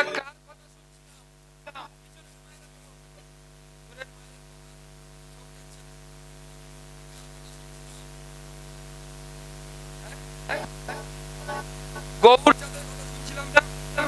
তাই না, তার মানে ছিলাম কোথায়? শ্রীধাম নবদ্বীপ। সমবেত সুধী ভক্তমণ্ডলী, দেখতে দেখতে সময় যে কখন চলে যায় বোঝা যায় না। তাই চলুন সময় সাপেক্ষে আমি ছোট্ট করে আমার গোবিন্দের একটা লীলা, এটা পালা বলতে পারেন। গোবিন্দের যত আছে সব লীলা, আর আজ আমি আপনাদের যেটা শোনাবো সেটা হচ্ছে পালা। গোবিন্দের দুটো পালা আর বাকি সব লীলা। একটা হলো আসার পালা, একটা হলো যাওয়ার পালা। তো আসার পালাটা সকালবেলা হওয়ার কথা ছিল, যাই হোক। তো এখন সময় বিশেষে যে লীলা আপনাদের শোনাবো বা যে পালা শোনাবো এটা হলো যাওয়ার পালা। সমবেত সুধী ভক্তমণ্ডলী, চলুন ছোট্ট করে আমার প্রভুর যে লীলা আস্বাদন করাবো। লীলার বিষয়বস্তু ভগবান শ্রীকৃষ্ণের উত্তর গোষ্ঠ লীলা, বা এটাকে আবার ফেরত গোষ্ঠ বলা হয়। উত্তর গোষ্ঠ বা ফেরত গোষ্ঠ বলা হয়। উত্তর গোষ্ঠ কেন বললো, উত্তর গোষ্ঠ কেন বলা হলো না, বললেন এই যে চারটে প্রশ্নের উত্তর দিলাম, মনে আছে তো? মনে নেই? ও মায়েরা, এদিকে মায়েরা, যে চারটে প্রশ্নের উত্তর দিলাম, যুধিষ্ঠির দিল, মনে আছে? কি আশ্চর্য, কি বার্তা পদ বলি কারে, কোন জন সুখী হয়, এই চরাচরে চারটে প্রশ্ন ছিল না?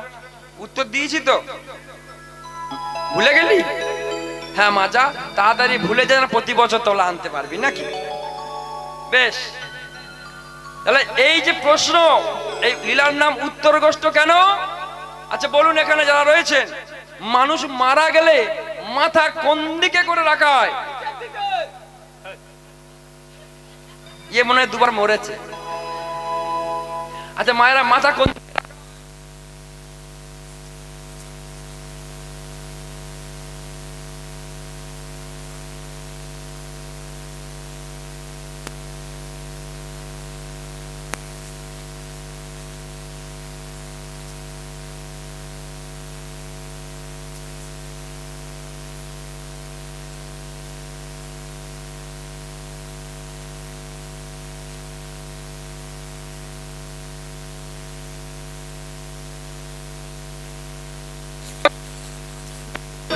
কেউ একজন আছেন বলেছেন, হাত দিলে বলুন মাথা কোন দিকে থাকে?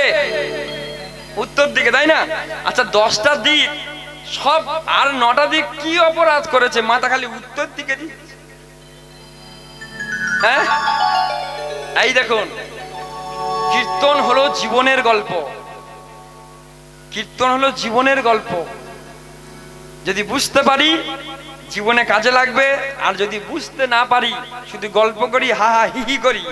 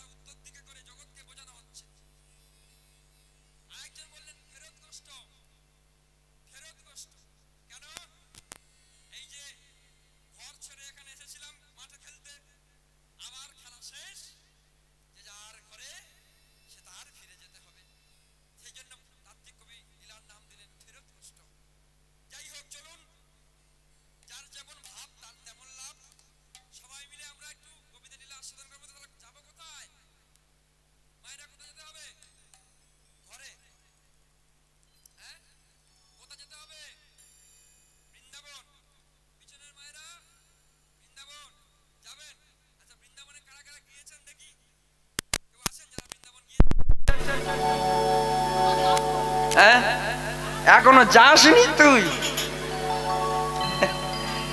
আস্তে আস্তে যারা হাত তুললেন না, মনে মনে ভাববেন যে বাবা আমি তো কখনো বৃন্দাবনে যাইনি, হরিবাসনে মিথ্যা বলবো, হাত তুলে দেবো। আমি বলছি হাত তুলে দিন, প্রত্যেকে হাত তুলে দিন। কেন? তাত্ত্বিক কবি বললেন, তত্ত্ব রসামৃত জ্ঞানমঞ্জরি চরণ দাস বাবাজি কলম দিলেন, বৃন্দাবনে একটা নয়, বৃন্দাবনে 5টা। প্রথম বৃন্দাবন সেই গোলক বৃন্দাবন, যেখানে দেহ নিয়ে যাওয়া যায় না। যেদিন আমাদের দেহের ফেলে অচিন ভাগে চলে যাবে, কর্ম ফলে কর্মগুণে কেউ কেউ সেখানে যাবে, আবার কেউ কেউ ফিরে আসবে। গেল প্রথম বৃন্দাবন। দ্বিতীয় বৃন্দাবন ব্রজ বৃন্দাবন, যেখানে আমার ভগবান তার বিশেষ অংশ হয়ে তিনি এসে লীলা করে গেলেন। গেল দ্বিতীয় বৃন্দাবন। তৃতীয় বৃন্দাবন, যেখানে হয় এমনই হরিবাসর, হরিসভা, ভক্তের আগমন, হরি নাম সংকীর্তন। সেটা একটা কি? পিছন থেকে বলুন, সেটা কি? হাত তুলে। বৃন্দাবন। যেখানে থাকে তুলসীর বন, সেটা একটা বৃন্দাবন। এই জন্য সনাতনীদের প্রত্যেকের ঘরে ঈশান কোণে তুলসী দেবীকে রাখা হয়, তাই না? ঈশান কোণে তুলসী দেবীকে রাখা হয়, ঘর একটা বৃন্দাবন। ভগবান বললেন আমি এই সব বৃন্দাবনে থাকি আর নাই থাকি, একটা বৃন্দাবন আমার বড় প্রিয়। সেটা কি? এই 3.5 দেহ ভক্তের হৃদয় বৃন্দাবনে। নিতাই গৌর কৃষ্ণ প্রেমানন্দে হরি বল। তাই চলুন এই বৃন্দাবনটাকে নিয়ে আমরা যাব সেই বৃন্দাবন। দেহটা এখানে পড়ে থাক, কি? দেহটা এখানে থাক, দেহ নিয়ে সংসার পরিচালনা করি, হাসি ঠাট্টা গাল গল্প, কি একটু গায়ে গায়ে ঘষাঘষি করি নাকি? হ্যাঁ, যারা গল্প করছেন ভালো করে গল্প করুন দেহটা নিয়ে, কিন্তু চলুন দেহ রেখে দেহর কাজ দেহ করুক, মনটা নিয়ে সেই বৃন্দাবন। চলুন। তা মায়েরা, বৃন্দাবন যেতে গেলে কি দিতে হয়? ও মায়েরা, কি দিতে হয় বৃন্দাবন যেতে গেলে?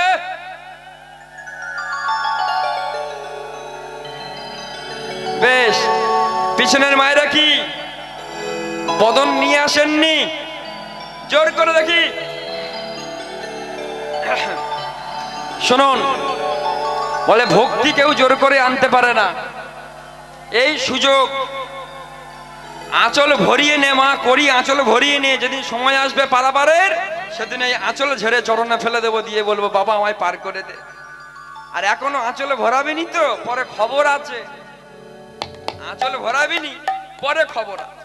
কি মায়েরা, কেউ কিছু মনে করিস? এই যে তুই তুই করে বলছি, রাগ করিস নি তো? হ্যাঁ, এ অধিকার একমাত্র সন্তানের আছে। এ ডাক একমাত্র একজন একজনকে ডাকতে পারে, সে হলো সন্তান মাকে, আর মা সন্তানকে। এই তুই বলার অধিকার এই জগতে আর কারণ নেই, কারণ মায়ের থেকে আপন এই জগতে আর কেউ নেই। তাই তুই শব্দটা একমাত্র মার প্রতি যায়, আর কারোর প্রতি নেই। ডাক চলুন সবাই মিলে।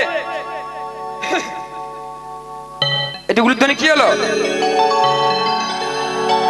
চলো রে আমার মন, ও মনরে, ও মনরে, ও মন মন মনরে, মনরে, মন মন মন মন মন মনরে। চলুন সবাই মিলে। চল রে আমার মন। কোথায়? ও সে মধুর বৃন্দাবন,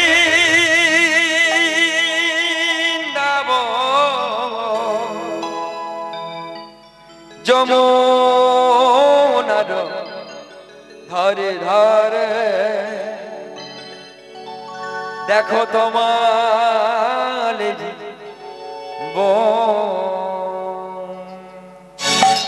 সবাই সবাই মিলে।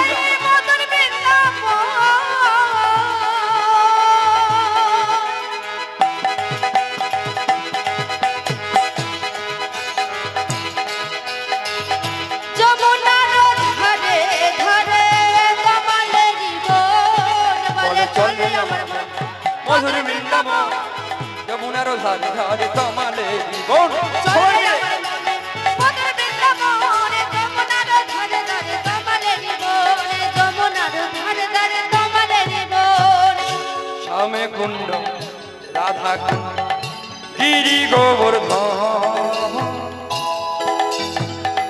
যমুনার ধারে ধারে তমালের বন শ্যামে কুণ্ড রাধা কুণ্ড গিরি গোবর্ধন যমুনার ধারে ধারে তমালের বনে শ্যামে কুণ্ড রাধা কুণ্ড গিরি গোবর্ধন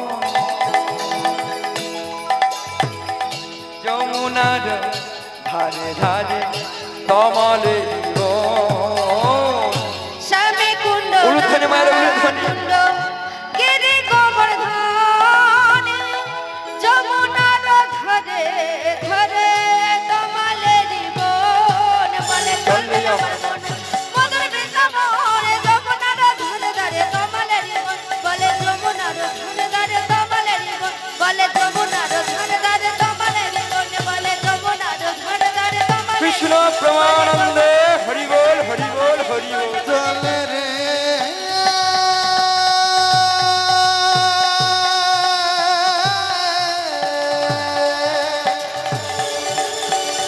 গৌরী প্রমানন্দে হরি বল হরি বল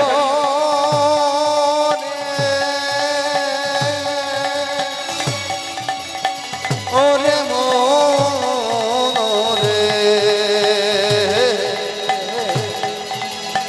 চলো যাই সেই মধুর মাধব বৃন্দাবন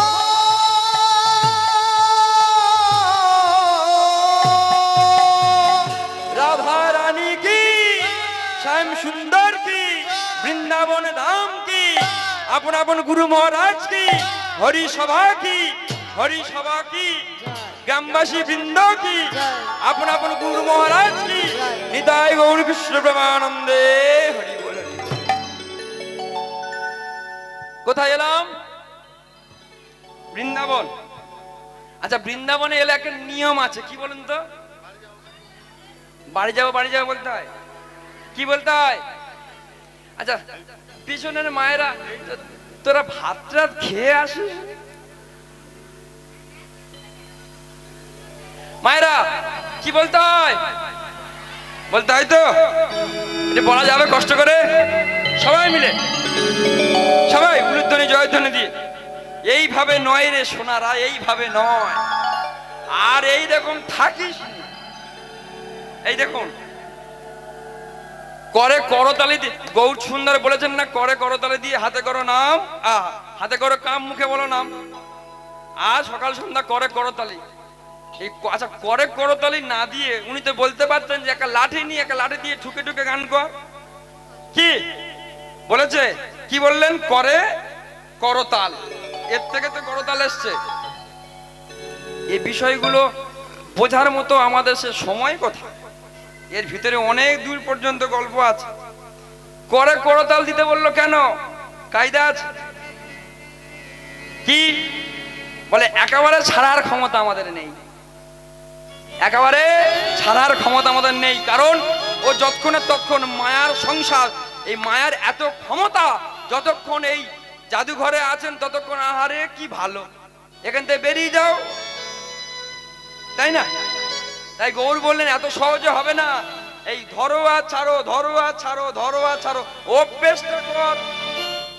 আর এই ধর আর ছাড়, ধর আর ছাড়, আর তার কাছে বল হে মাধব তাড়াতাড়ি ছাড়িয়ে দেওয়ার ব্যবস্থা কর। এমন একটা দিন আমাদের আসবে যেদিন কেউ যদি ধরেও এক করে দেয়, আপনা হতে ছেড়ে পড়ে যাবে।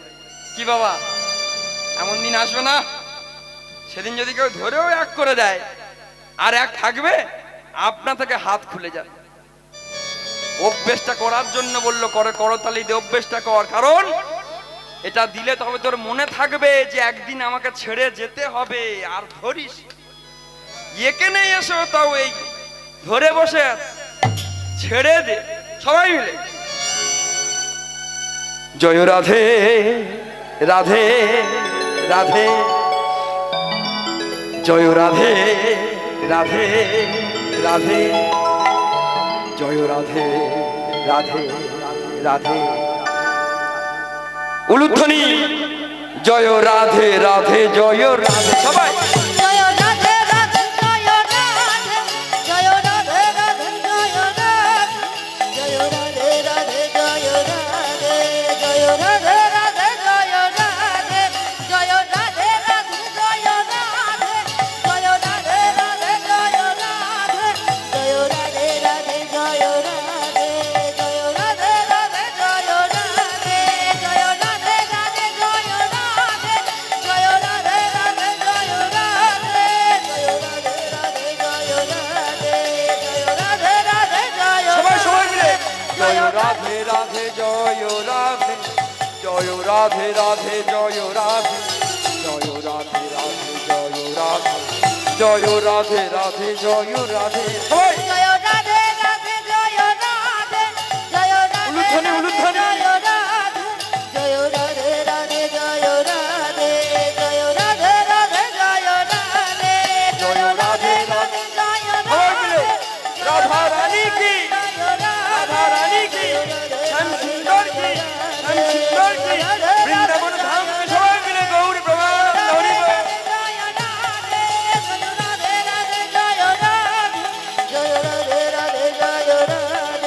কৃষ্ণ প্রমানন্দে হরি বল।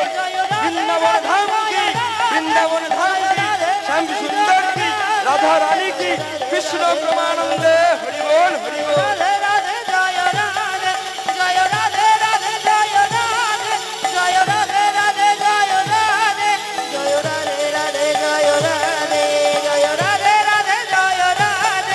জয়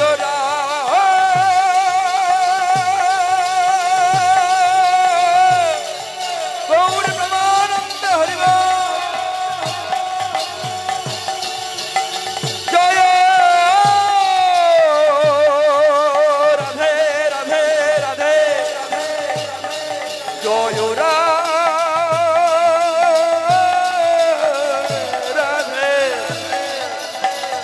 জয় জয় জয়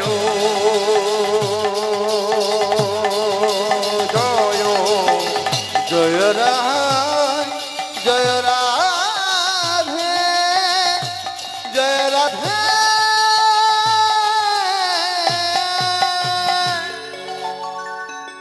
বেশ, মায়েরা কোথায় এসছি আমরা? বৃন্দাবন। বলে ওই শোনো বেজেছে। মায়েরা বলে ওই শোনো বেজেছে। কি বেজেছে? বলে বাঁশি বেজেছে। বর্তমান দিনে কিছু 2-4 পৃষ্ঠা পড়াশোনা করা মানুষ তারা বলে সব বাজে কথা, ফালতু কথা। আস্তে আস্তে সামান্য বজ্জাগাতে আওয়াজ হচ্ছে তাই মন চঞ্চল। আর একজনা ধরে যে গরম তেলের ফেলে দিল সে তো কই চঞ্চল হয়নি। তা ভগবান সে পাবে না, তোরা পাবি। এত বড় একটা থালা, কি আমরা কোথায় কি বলি, ওর 4 তলা আমার কিচ্ছু দে, তাই না? ভগবান ডেকে কি করব? ওর যে 6 তলা, কি ওর বেলায় 4 তলা, আমি এত করতাল বাজাই, এত ডাকি, আর আমার ঘরে জল, আমার কিচ্ছু বলি না। কি ডাকার ধরন, ঠিক এত বড় একটা থালা, তাই না? আর জামাইয়েরটা ছোট মতো, জামাই আসবে তার জন্য তোলা আছে ছোট মতো, যে কিনা মেয়ের ধরে মারবে তার জন্য ছোট মতো। আর গোবিন্দের জন্য জামাইয়ের দেহটা কত বড়, 3.5 হাত।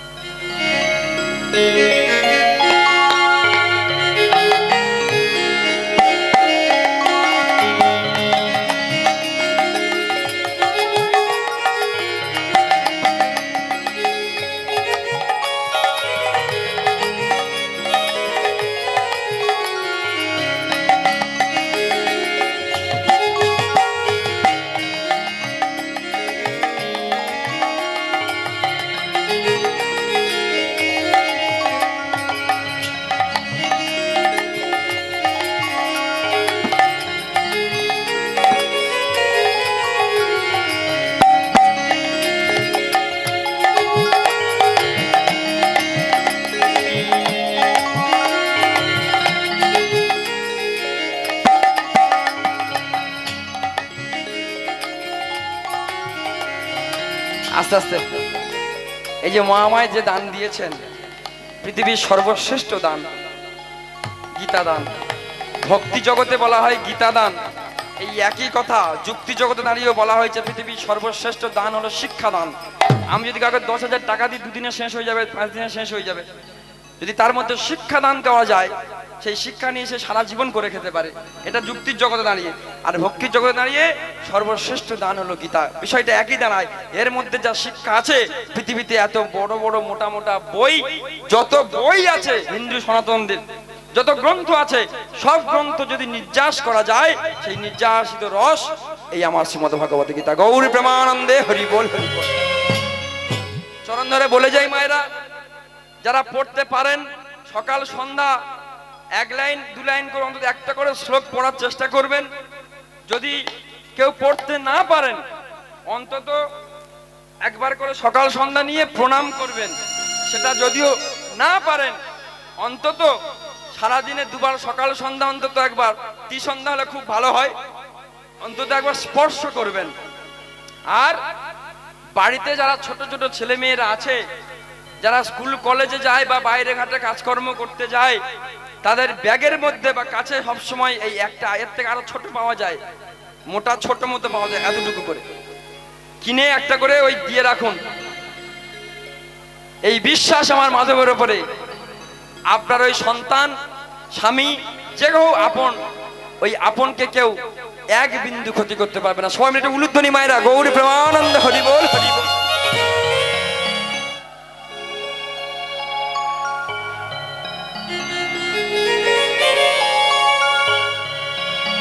আচ্ছা মায়েদের বলি, যারা পিছনে রয়েছেন, যদি বৃষ্টি ওখানে যদি একটু পড়ে, সামনে অনেকটা জায়গা আছে, আমার এপাশে জায়গা আছে, এপাশেও কিছুটা জায়গা আছে, যদি কোথাও যখন বৃষ্টি যেখানে পড়ছে, জলটা পড়ছে, উঠে আমরা এদিকে চলে আসতে পারি, এদিকে পড়ছে না।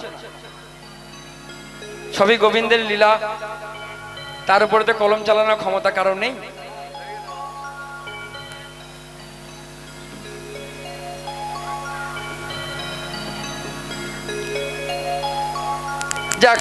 চলুন একটু আস্তে আস্তে করে জায়গা নিয়ে নিন, একটু আস্তে আস্তে চলুন। আমার সময় হয়ে এসছে মা, আমার পরবর্তী শিল্পী আছেন, আমাকে বিদায় নিতে হবে, তো চলুন একটু এগিয়ে যাই। তাহলে কি বললো যে বাঁশি বেজেছে, কোন সে বাঁশি? বাস্তব জগতে দাঁড়িয়ে বললেন এই যে বাঁশি, বলে এর কটা ছিদ্র? বলে এর 7টা ছিদ্র। 7টা, যে 7টা সুর নিয়ে আমরা গান বাজনা করি, সারেগামা পাধানি,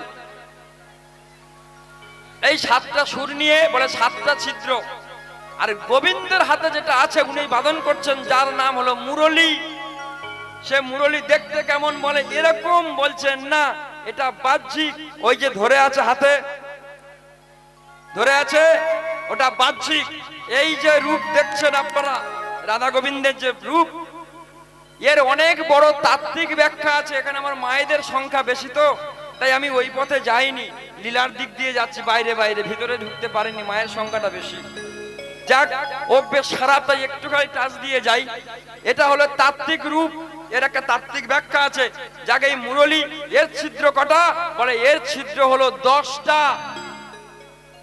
বাঁশির ছিদ্র 7টা। গোবিন্দের হাতে যে মুরলী আছে, মুরলীর ছিদ্র হলো 10টা। যেমন বাজায় তেমন বাজি। তাহলে তত্ত্ব জগতে সেই মুরলীটা দেখতে কেমন? এরকম। বলছেন না, এরকম নয়। তাহলে দেখতে কেমন? বলে আমার এই 3.5 দেহটা হলো সেই মুরলী, যে মুরলী আমার মাধব ভিতর থেকে বাজাচ্ছেন। তাই আমি এখানে দাঁড়িয়ে দুটো কথা আপনাদের সম্মুখে বলতে পারছি। তিনি যদি বাজানো বন্ধ করে দেয়, এখনই আমি পড়ে যাব। বলো হরি আর বাজবো? এই যে বাজছি আমি, ভিতর দিয়ে বাজাচ্ছে তাই বাজছি না। সে যদি এখনই বেরিয়ে যায়, আর বাজবো? তাই এর ছিদ্র কটা? বলে এর তো 7টা। এর ছিদ্র কটা? এর কটা? 10টা। এই দেখুন, এই একটা